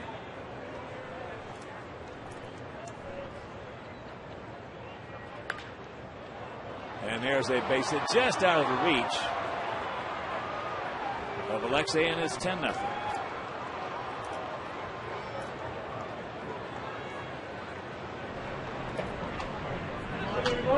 Close the book on Tony Pena. 2/3 of an inning. 4 runs on 2 hits, a couple of walks, and a strikeout. And Revan Longoria, that's his first run batted in tonight on his 3rd hit. So here's Carlos Pena. He's 0 for 2. Check that, 0 for 1. With a big walk. Coming back in the 4th inning. One that cost Mark Burley. He popped him up in foul ground. The ball was not caught. Should have been, and it cost Burley and our club 3 runs. They scored 4 when it should have been just 1. Talking with Joe Madden and a lot of the people associated with this particular Ray team, they think this is a better team than in 08. I do too. And that's kind of scary.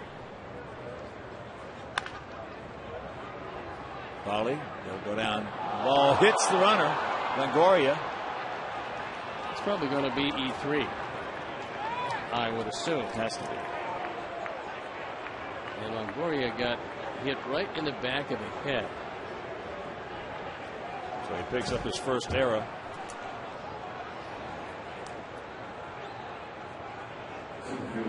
Longoria says he's all right.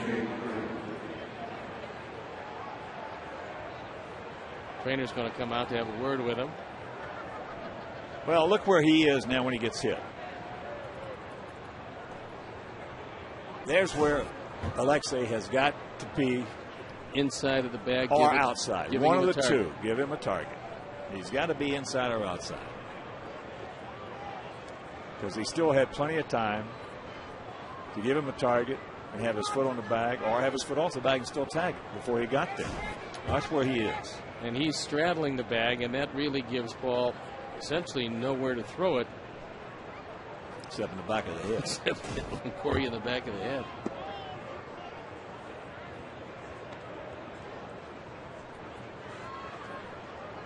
One and 0. Sacks packed, 1 out.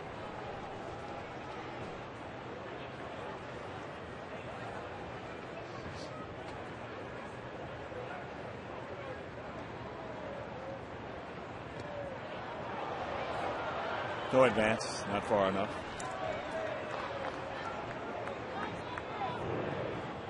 AJ did a nice job of scrambling to make sure that the run didn't score.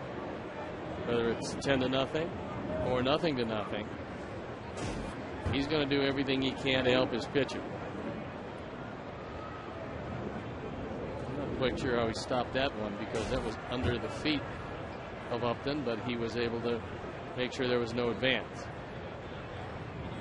Upton 2 for 3 with an RBI and a run scored.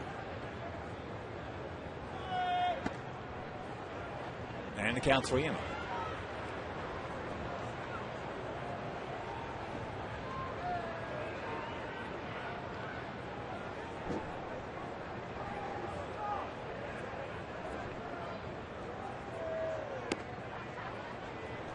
And it is 11-0. This has not been a good night for us. No, in any particular category. So Don Cooper comes out. Second run batted in. Upton has 13. Pena has 13. Longoria has 13. And Crawford has 10. And we have walked 4 in this inning.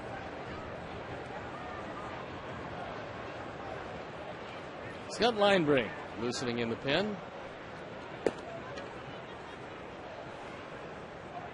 So they bat around, and that'll bring up Pat Burrell, who started this inning off with a ground ball to short for an out. Then there were a couple of walks to Kapler and Navarro, then a 3-run homer by Rodriguez, and a base hit by Bartlett. Williams comes on, he walks Crawford, gives up a single to Longoria. Then the error Now another walk.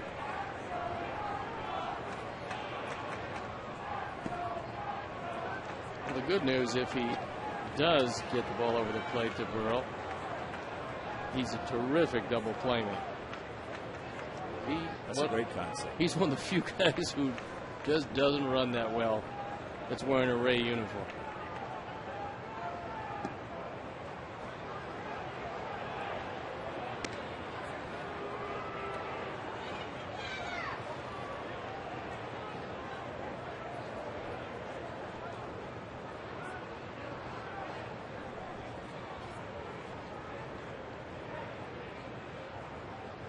The 2-0.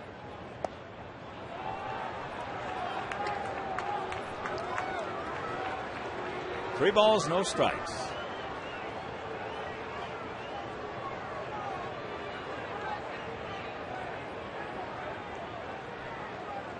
Twelve out of the strike zone and only 4 in the strike zone. There's another one out of the zone. So Burrell picks up his second run batted in without the benefit of a hit. And here comes Ozzie.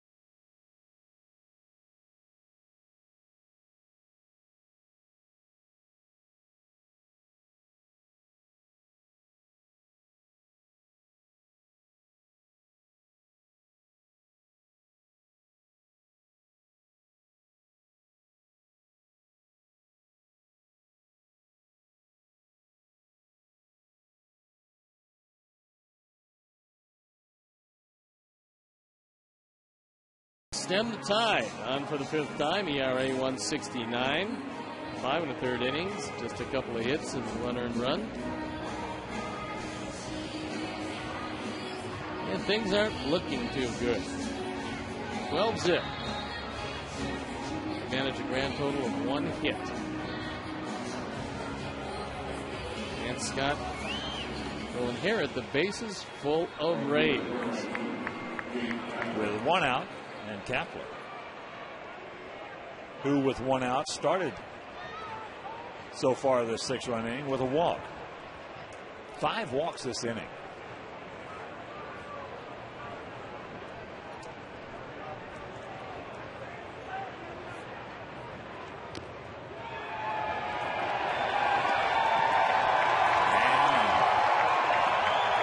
And a strike. And the Bronx cheer. Here on the south side of Chicago. 12-0 for Tampa Bay. 0-1-1 for us.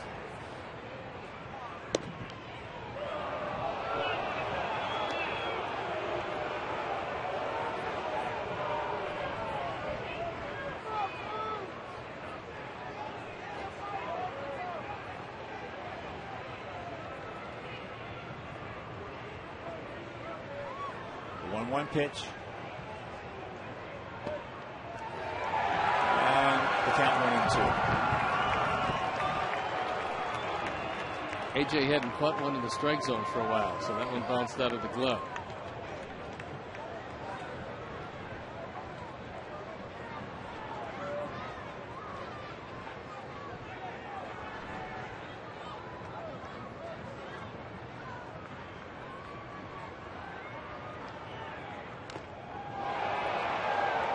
Just got a piece of it. And a piece of Angel Hernandez also.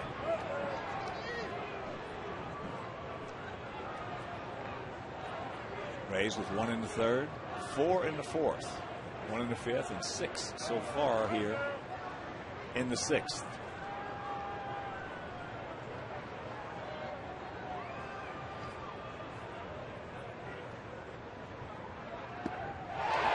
He gone.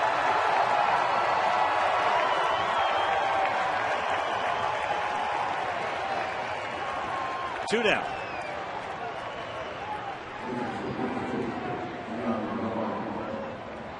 And that'll bring up Navarro. He also walked earlier this inning and scored.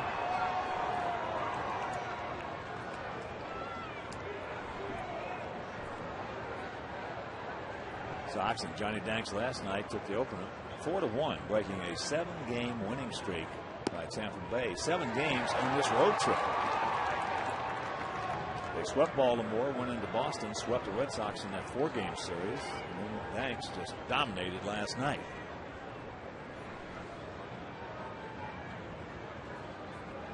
Top of the 10th at Fenway, Boston and Texas tied at 7.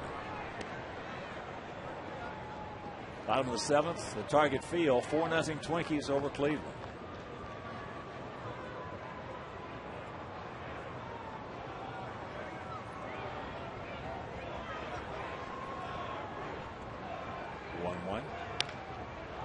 That's looped. And Pierre comes on, makes the catch. Beautiful diving catch by Juan Pierre. That'll save a pair. Meanwhile, half a dozen go up on the board, and we trail it by a dozen.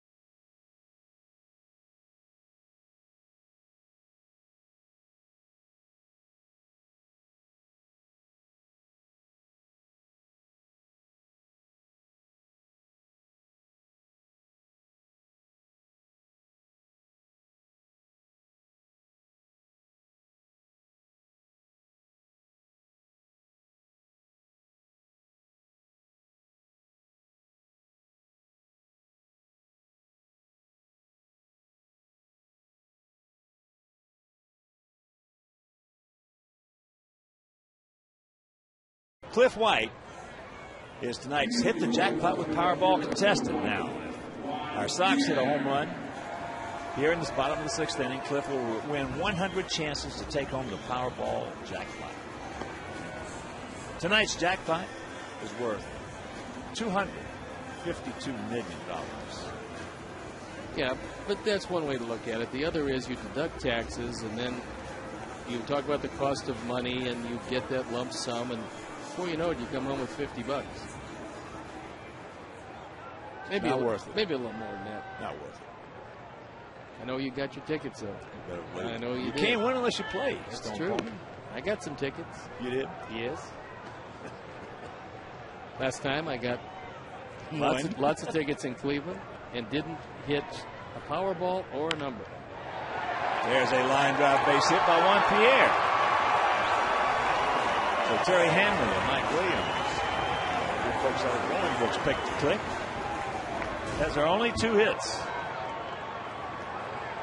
Fastball up, and he drops it in front of Crawford in left field. And that breaks the streak of 12 in a row retired by Wade Davis. Here's Gordon. He has walked and he has grounded to second.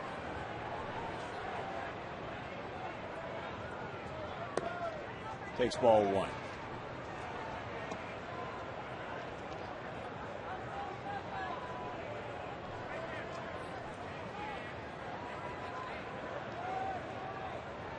Gap out there in left center. Chopper to Hopper. He's safe at second base. Looked to me like Rodriguez had pulled his foot off the bag in an effort to somehow try to turn that double play. That's a neighborhood call, I believe. That's a 12-0 ball. Yep. Cold night. Watch again and see if he stays on the bag.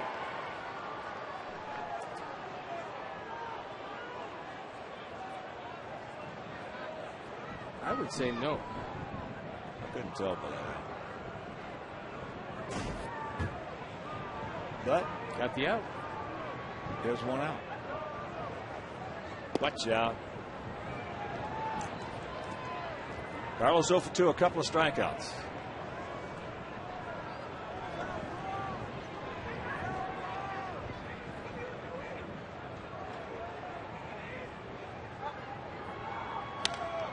And this should be. Bobbled. Everybody's safe.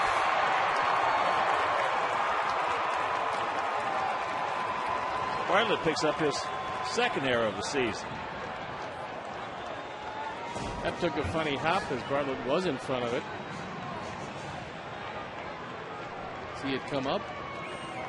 Tried to make the play on the backhand shovel, but couldn't get it there in time.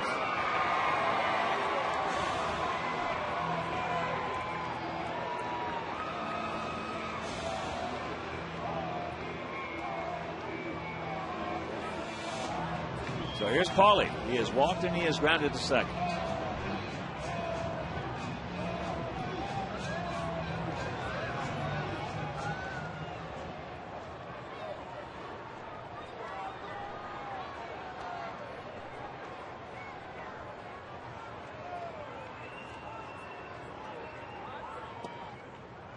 Takes first pitch strike. Donnie Lucy has come out on deck to hit for AJ.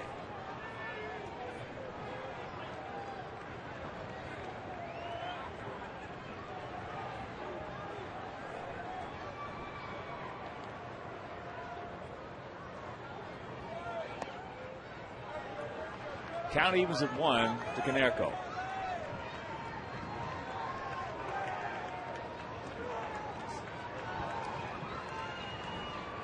Pitch number 86 for Davis.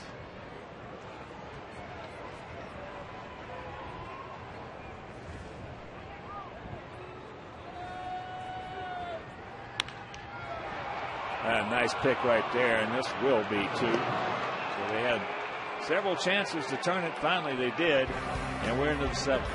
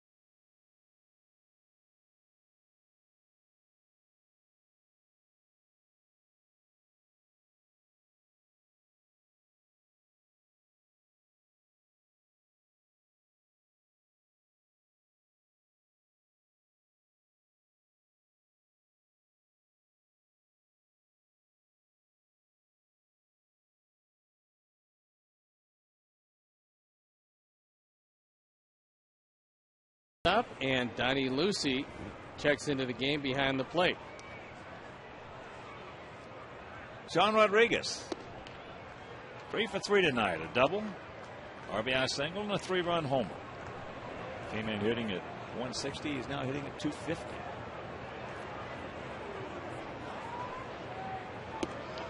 And the count very quickly, 0-2.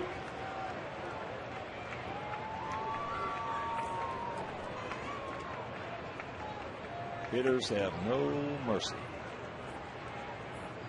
He gone.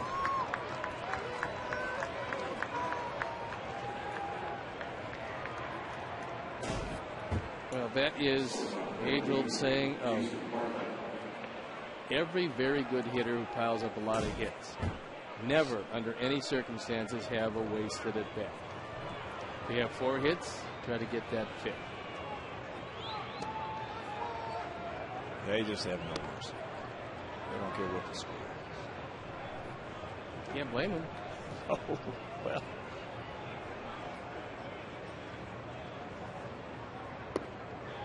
Yes, he did, and the count 1-1.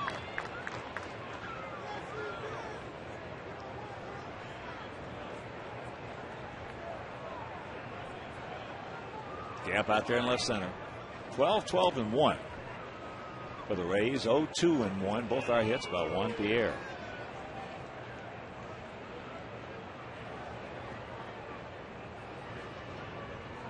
That base hit by one last inning was really the only ball we've hit hard. Mike Ekstrom is sitting up in the pen.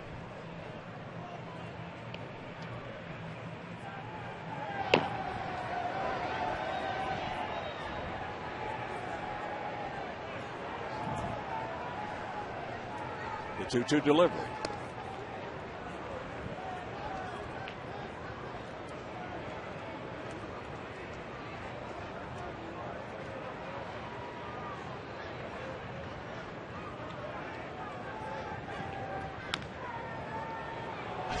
Ooh, that felt good. That felt real good. A little justice for all those soft base hits he's had tonight. Now he's got the protector. It looked like it hit above it. Looked like you got him on the inside of the left knee. Yes.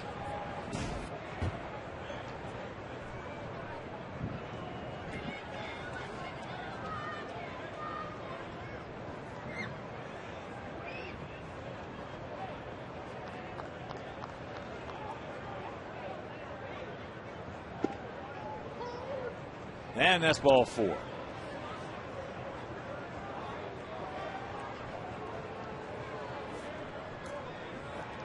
It's African American Greek Night, Friday, May 7th. It's the White Sox versus the Blue Jays. You can join your fellow fraternity brothers and sorority sisters for an unforgettable night of baseball. Specially priced tickets, including a pregame patio party with unlimited food and drinks. Live DJ, t-shirts. For the first 500 ticket holders and prize giveaways, contact Grand Slam Groups for tickets at whitesox.mlb.com or call 312-674-1000. Carl Crawford 0 for 3 with a walk and a run scored. Carl, first 2 times up, struck out. Burley struck out the side in the first.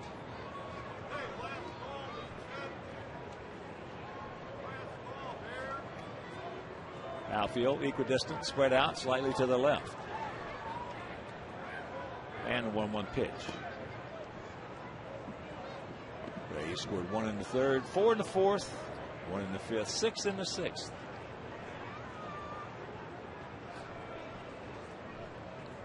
And just 1 home run in this game.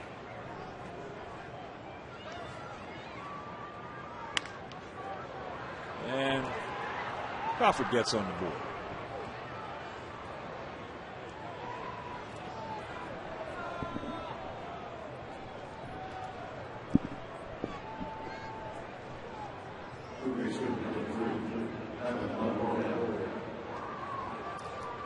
So here's Longoria. He struck out to end the 1st, and then he doubled, leading off the 4th. He doubled off the wall in the 5th and had an RBI single last inning. 1 out, 2 on.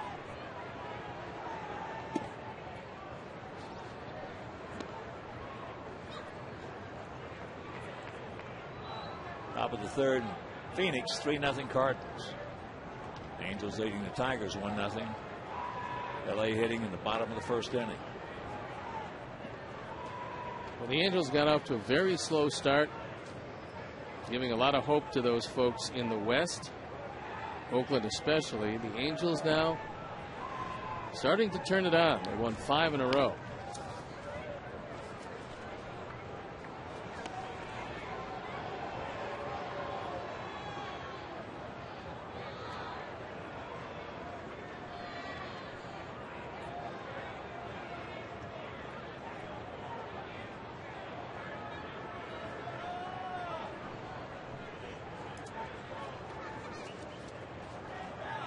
The 1-1. 2 balls and a strike to the 24-year-old third baseman, Evan Longoria.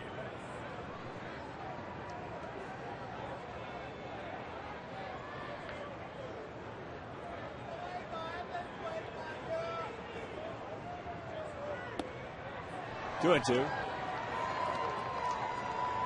Phillies shut out Atlanta 2-0. That was Roy Halladay. The good doctor. And he might have a few more before this season's over. We watched the early part of that one. He had very good stuff. Man, that's top foul. I don't remember many times where he doesn't have very good stuff. I've seen him when we have gotten to him, but I have never seen him when he had bad stuff. Just made some bad pitches.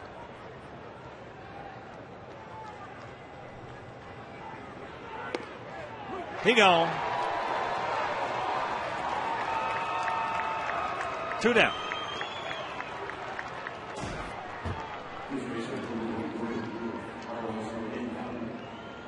Fastball over the outside corner. Donnie Lucy frames it. Almost framed. Framed it and pulled it. Yeah, it's a frill. Here's Pena. He is 0 for 2, but he has a sacrifice fly and he has scored a run. Takes the strike.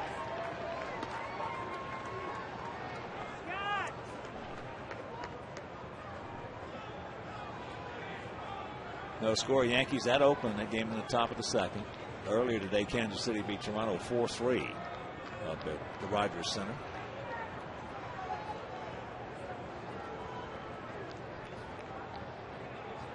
Was Alex Gordon back in the lineup for his first home run of the year to get over the center field wall in Toronto, giving KC 1 of 3, the finale of a 3-game series. Well, he can make a difference on that ball club. He's really dangerous.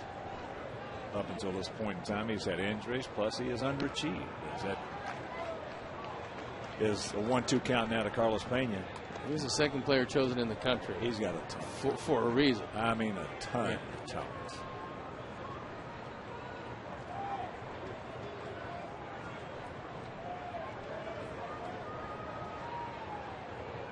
Two on, 2 out.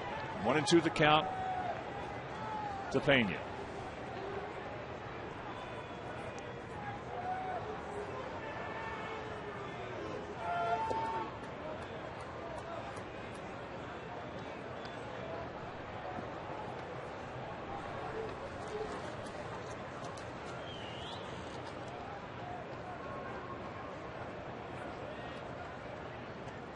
Reid Brignac on deck.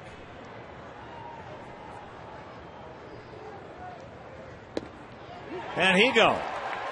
So that'll retire the side. 7th inning stretch. We trail by 12.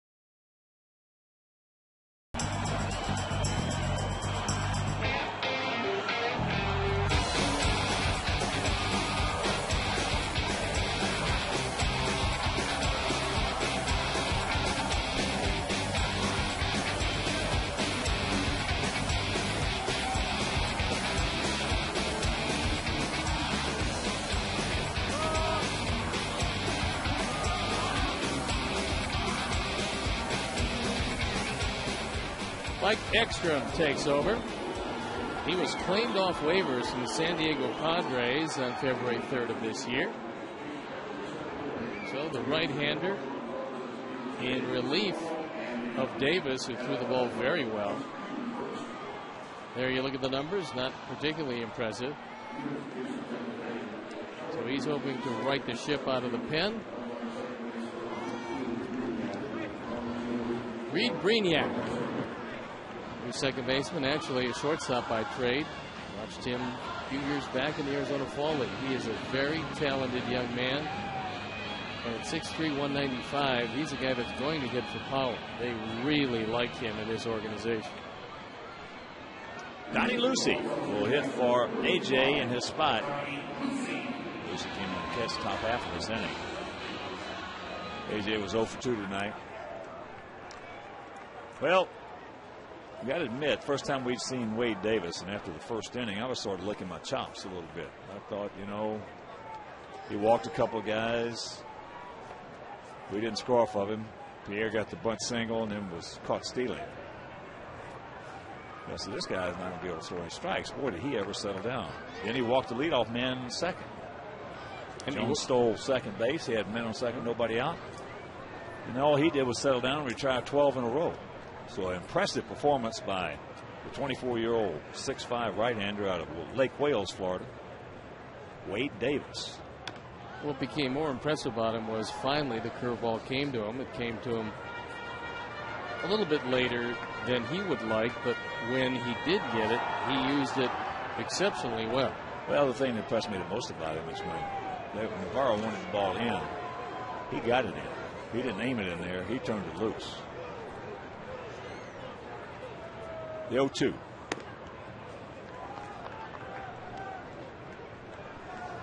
Good stuff, Wade Davis. They had him penciled in the starting rotation out of spring training. So they knew what they had in this kid. That put Andy Sonnenstein into the bullpen. They have the second youngest starting rotation in the major leagues. Second youngest behind the San Diego Padres.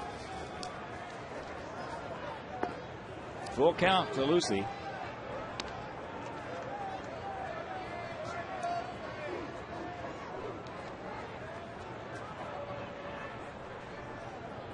Three for 6. Those limited bats, picking up his first major league homer. And there's ball 4.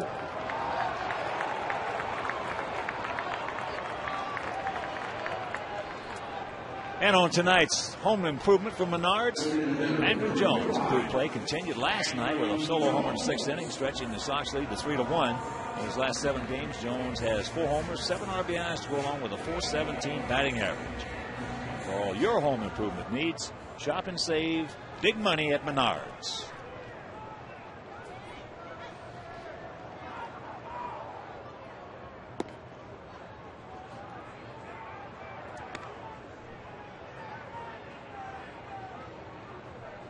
Yeah, if Davis can come through for this ball club and give them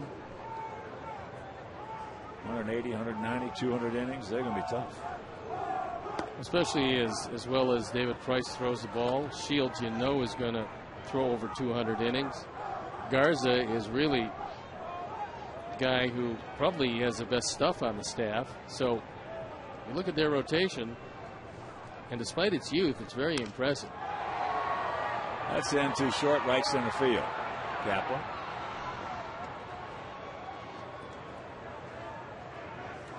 So Andrew now 0 for 2.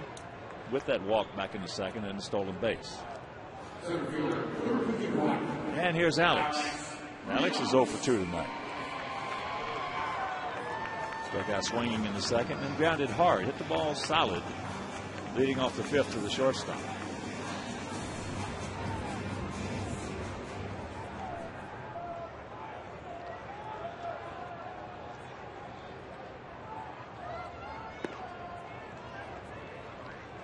Takes first pitch strike. 12-13-1 for the bad guys. 0-2-1 for the good guys.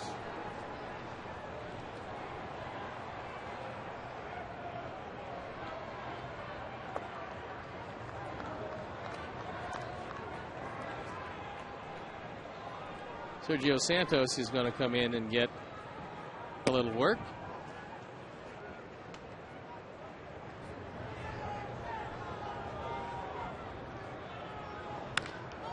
Line drive to the short playing center fielder.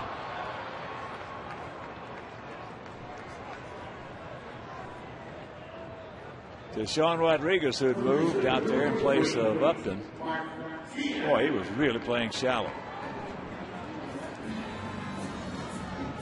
He's playing in a perfect spot. Yeah. Normally, that's a base hit.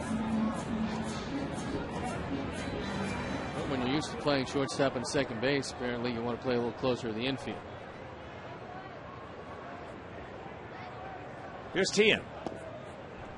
0 for 2, a couple strikeouts. Looks funny how short he's playing out there. That is as shallow center field as you'll see. He keeps coming in closer.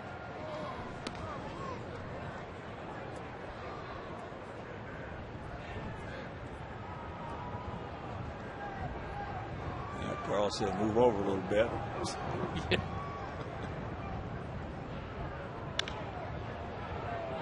And that is a foul ball. So 2-1 to count to Tien. Jason Nix on deck.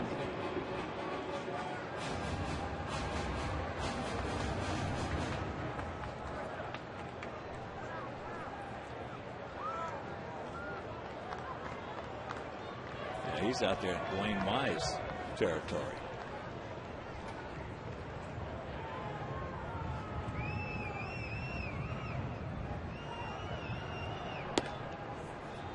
A strike, and the count evens at 2. 2 balls, 2 strikes, 2 out here in the bottom of the 7th. 12-0 Tampa Bay lead. Tomorrow night, make your plans to be with us here at beautiful U.S. Cellular Field. Good matchup. Jake Peavy, as Pena goes down, he's got the hat trick, and we're into the 8th.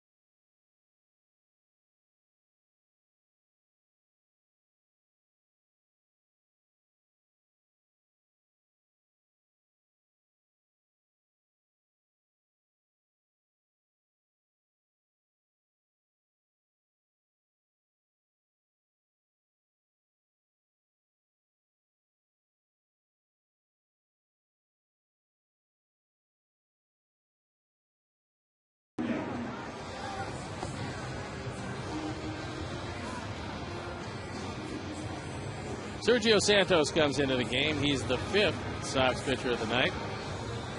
He's been very impressive. On for the 6th time. 5 previous innings of work, just 1 hit, fanned 8, walked 1. And nobody has touched him so far.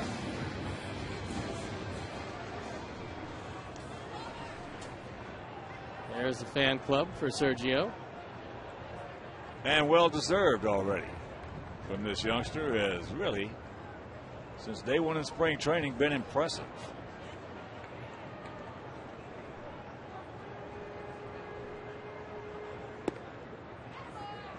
First pitch strike to Brignac. Making his first plate appearance. Outfield around to the right. 12-0. Rays on top. Ninth inning in Minnesota. 6-0 Twins over Cleveland.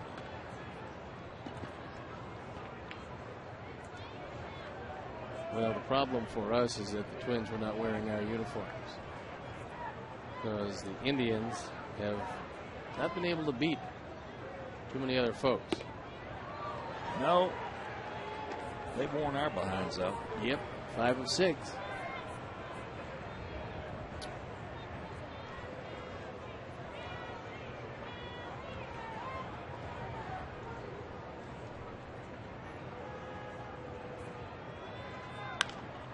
I was talking with my buddy last night. He said something. I had the same thoughts when I was looking at the schedule in spring training. So we opened up with Cleveland for 3. Minnesota was 3. And then we went to Toronto and then Cleveland, back to Cleveland. We said we got 6 games with those guys. Might take 4 or 5 out of 6. Didn't work out that way. Nope. They played very well, and Shin-Soo Choo was at times a one-man game. I mean, they all played well, but Choo played especially well. 2-2 pitch. There you go.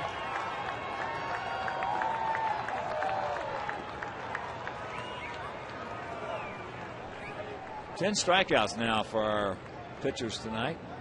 John Jasso coming out to pinch hit. He's backup catcher for this team.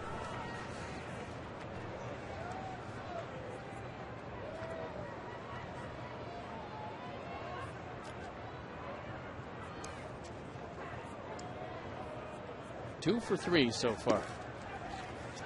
Well, he's 26 years old. Out of McKinleyville, California.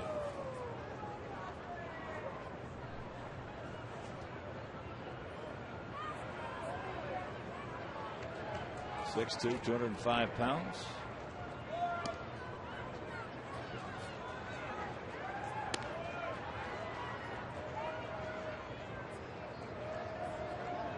Last year at Durham hit .266, 5 homers, and knocked in 30 in 104 games. Young men have the rally caps on.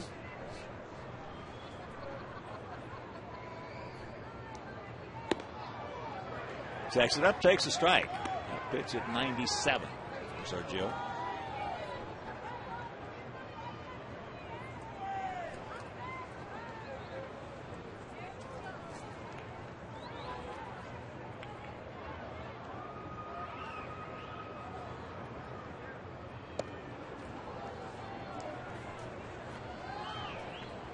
Three and one.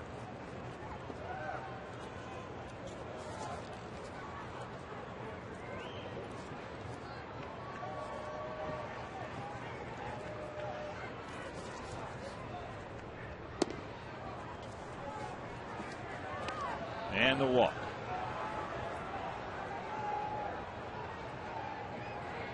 Eighth walk given up by our guys.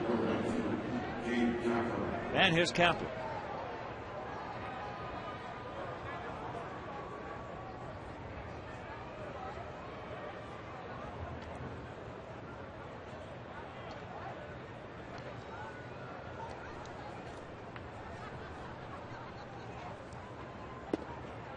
First pitch strike. 34-year-old veteran. Kapler has gone out to right, has an RBI single, a walk and a run scored, and a strikeout.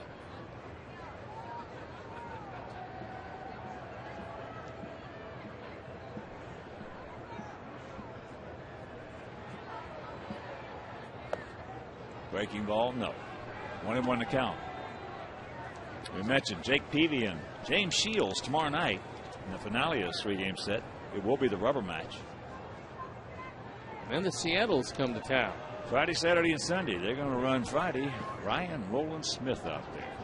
On Saturday, is that in the center field? Right at Alex. 2 down. And Snell would be on the bump for him. And then on Sunday, Doug Fister,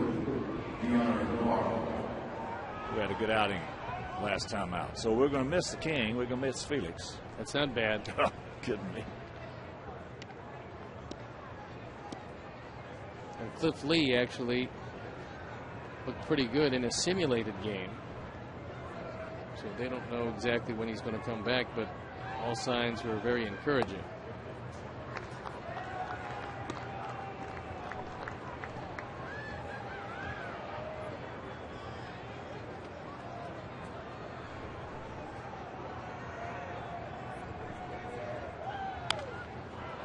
Navarro fouls it out of play.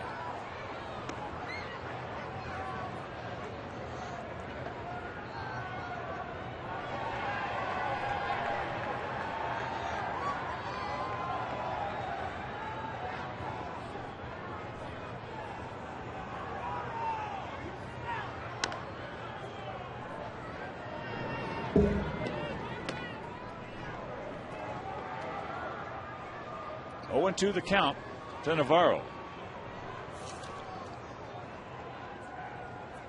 He's looking for his first hit. He walked and scored, but he has grounded out a couple times and gone out to left.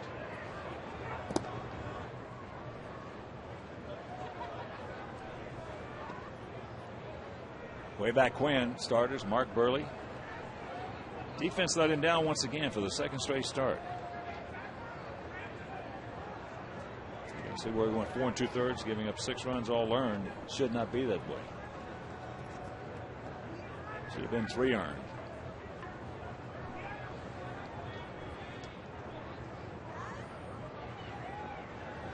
And the 1-2.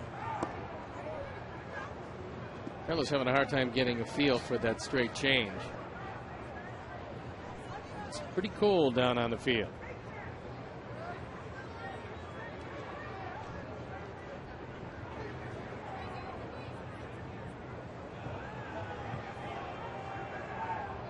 And the 2-2. Pretty good pitch right there. Didn't get it. Good breaking ball in the 12-0 game. And Sergio thought that that one should have been called. It wasn't.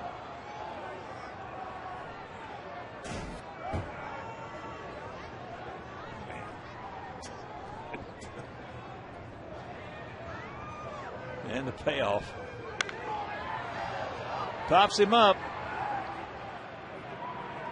Nix makes the catch, and that'll retire the side. We'll go to the bottom of the 8th. It is still 12-0.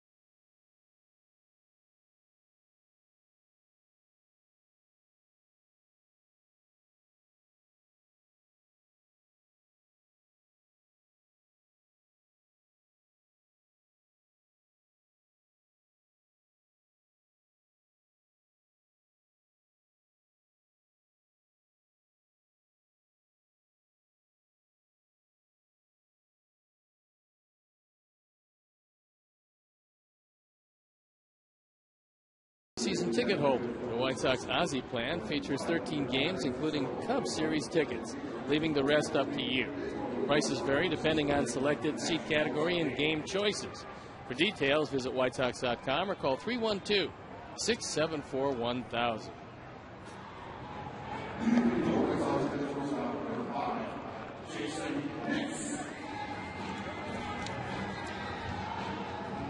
We're already in the bottom of the 8th inning. Tampa Bay on top 12-0. We only have 2 hits, both by Juan Pierre. Last night they only had 3 hits, all of them by Carl Crawford. So Mike Ekstrom. That would be a little different. 2 consecutive games. And one guy get all the hits. I've never seen it. In back-to-back games? No.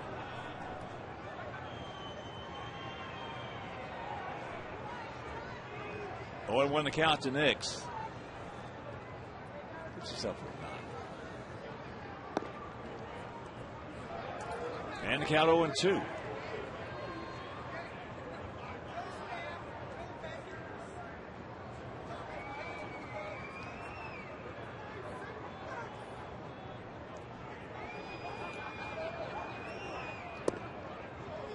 Lays off that breaking ball.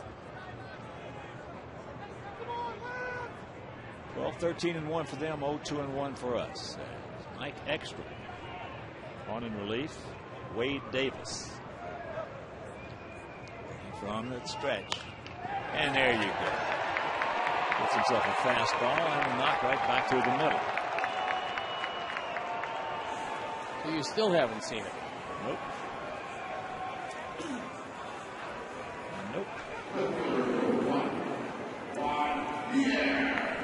So here's one. Bunt single. Ooh, a soft fly ball over the head of Longoria. Then a line shot single into left field. And Rodriguez very short in center once again.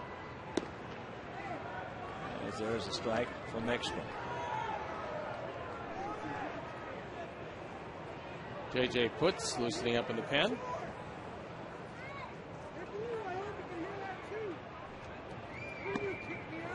High and wide. They're into the bottom of the 12th now. Fenway tied at 7.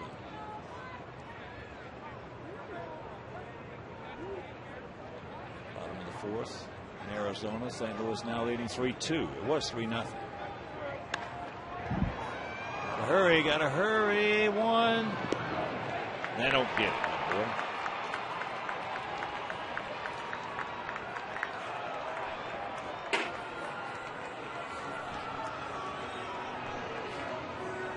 So there's 1 out, and here's Becker. He has walked, grounded to second, and moved into a 5-4 fielder's choice. Does beat the Mets 9-3. See, that's what happens on a day that they move Zambrano into the bullpen. He helps the offense. Score 9 big ones. Silver, 2-0. Yep.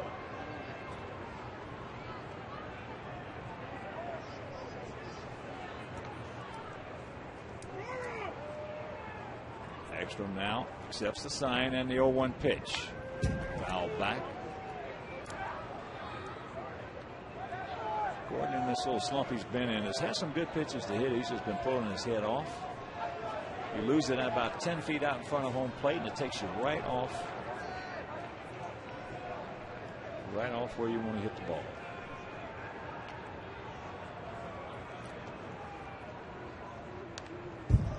Pretty good job by Gordon right there on a good pitch by Ekstrom.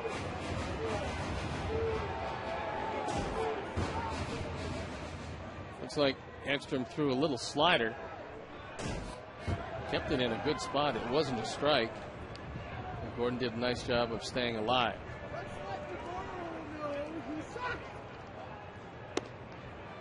Way outside, 1-2.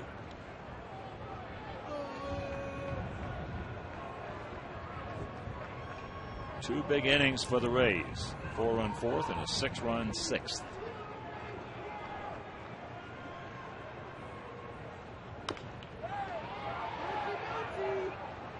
Counts that one foul at the plate.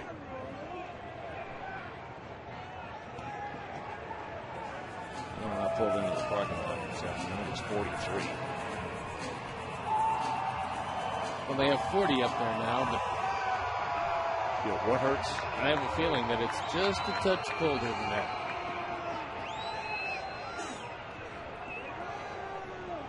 There are some folks that have stayed around, however. 2-2. Either that or they are frozen in their seats.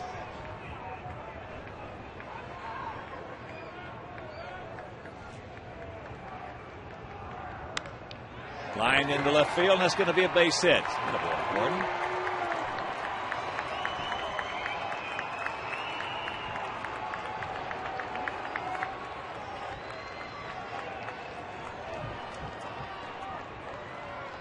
So now 1 out, 2 on. That'll bring up Quentin. Carlos, a couple of strikeouts, and he reached on an error. So I got swinging in the first, called out in the third, and then Jason Bartlett. And what would have been a double play, ball came up on him, booted it.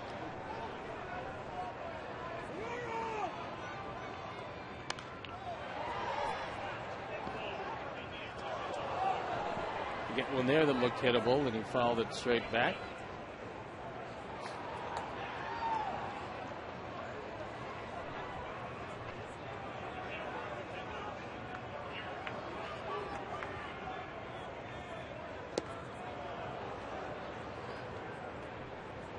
Not a good swing by Carlos, in the count 0-2.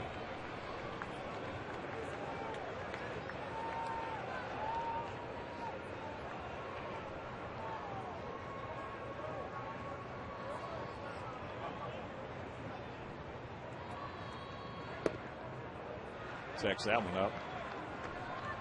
Paulie on deck.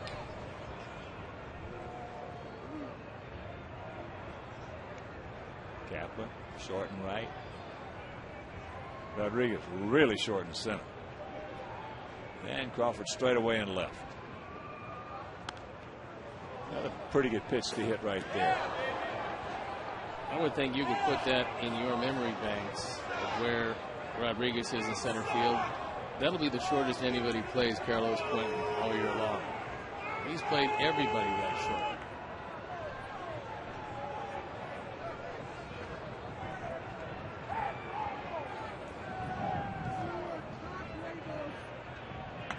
He must really be good going back on the ball. Go back quickly.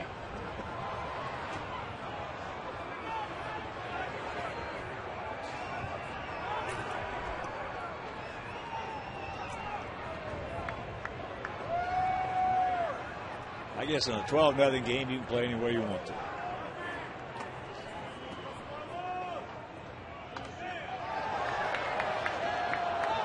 Carlos on that particular pitch made a pretty good pass out of it.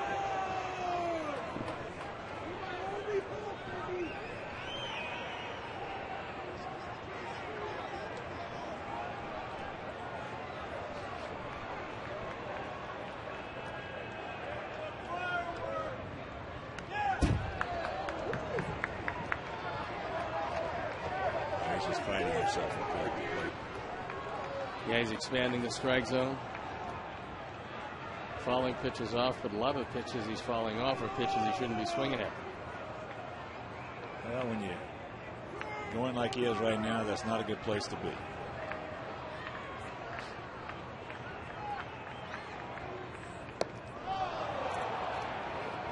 Two down. Got it on a straight change. That one again out of the zone.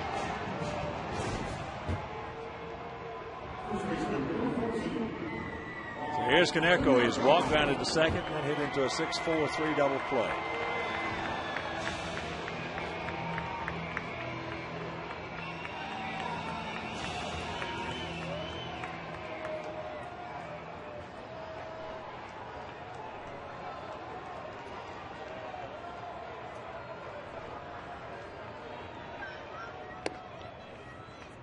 Outside, 1-0 the count. Well, as he stands up to the dish, hitting at 255 homers. He's driven in 10.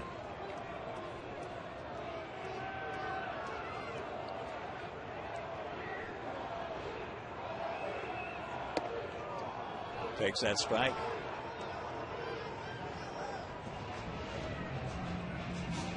And evens the count up at 1.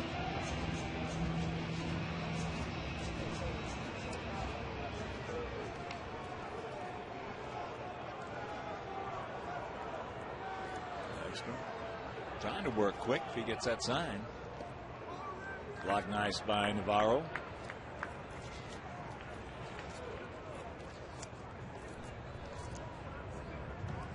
And once again, if you're just getting home, 12-13-1 for Tampa Bay, 0-4-1 for our Sox. Jake Peavy and James Shields tomorrow night in the finale of this 3-game set.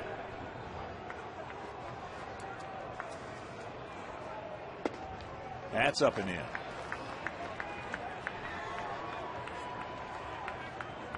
Ball should get a good pitch to hit here.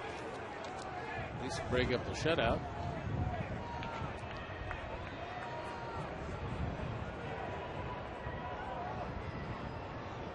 And the 3-1.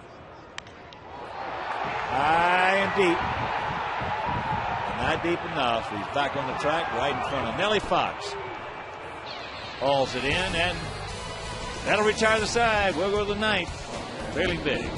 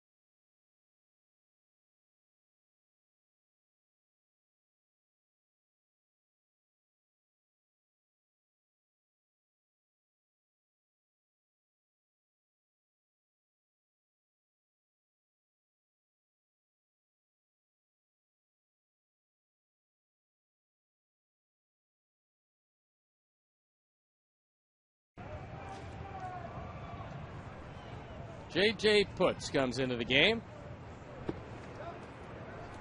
So a good inning by Santos once again. And there's a look at the numbers for J.J.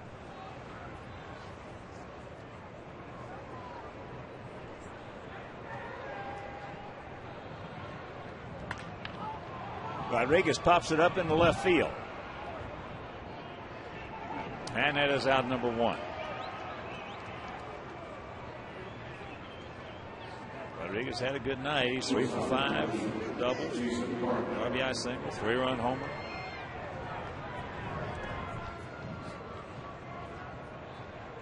So now here is Bartlett. He's 3 for 4.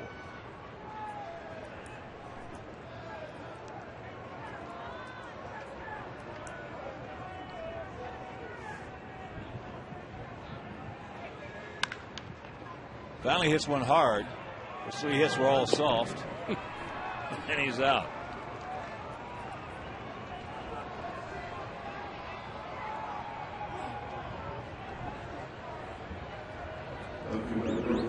Take a look at the U.S. Cellular text question.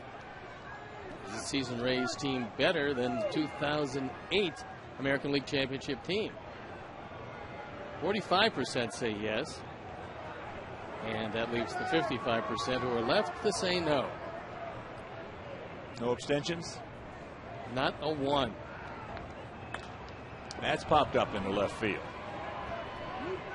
So this is going to be a quick 1-2-3 inning for JJ. We'll go to the bottom of the ninth.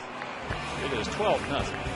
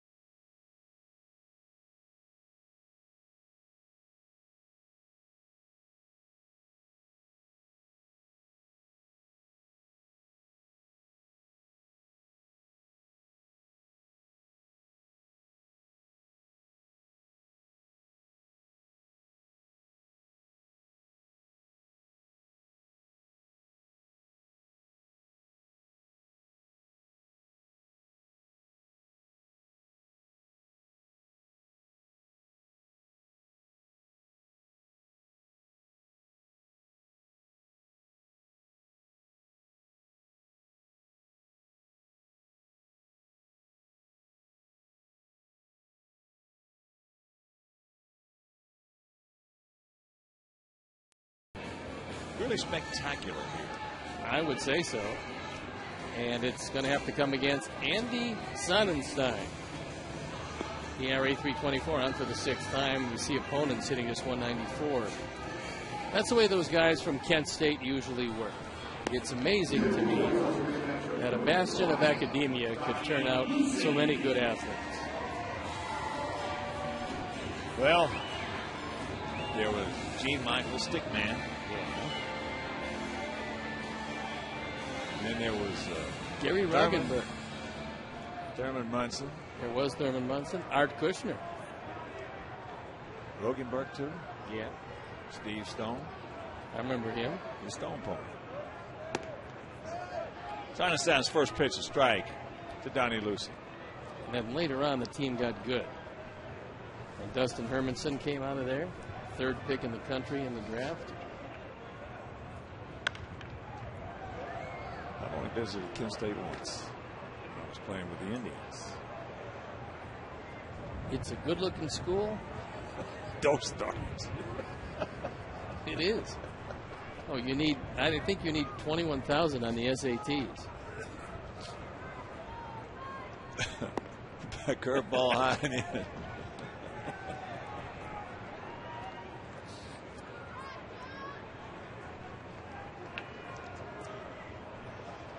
"13 hits for Tampa Bay." As Donnie goes down, 1 out.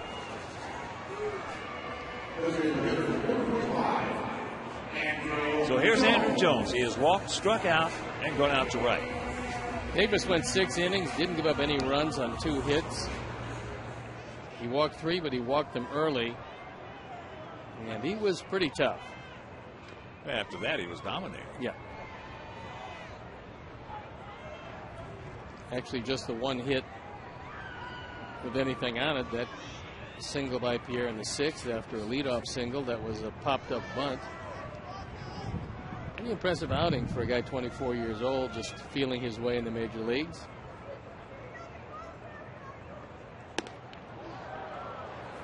Andrew goes through that, especially after the start he got off to.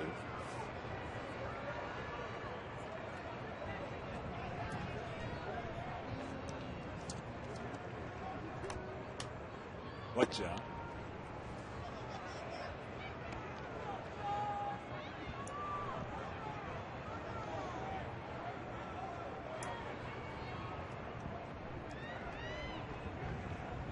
Right-handed kicks and the 1-2 pitch. Not much doubt about that one. He's got a good one. A couple of years ago, he pitched one of the best games we had pitched against us all year long. Well, he was a starter because of stuff like that. Well, he's got that funky motion. You know, you don't expect a guy with that motion to have that good a hook. So here's Alex. He's 0 for 3. Last time up, lined hard to the center fielder who was playing right behind second.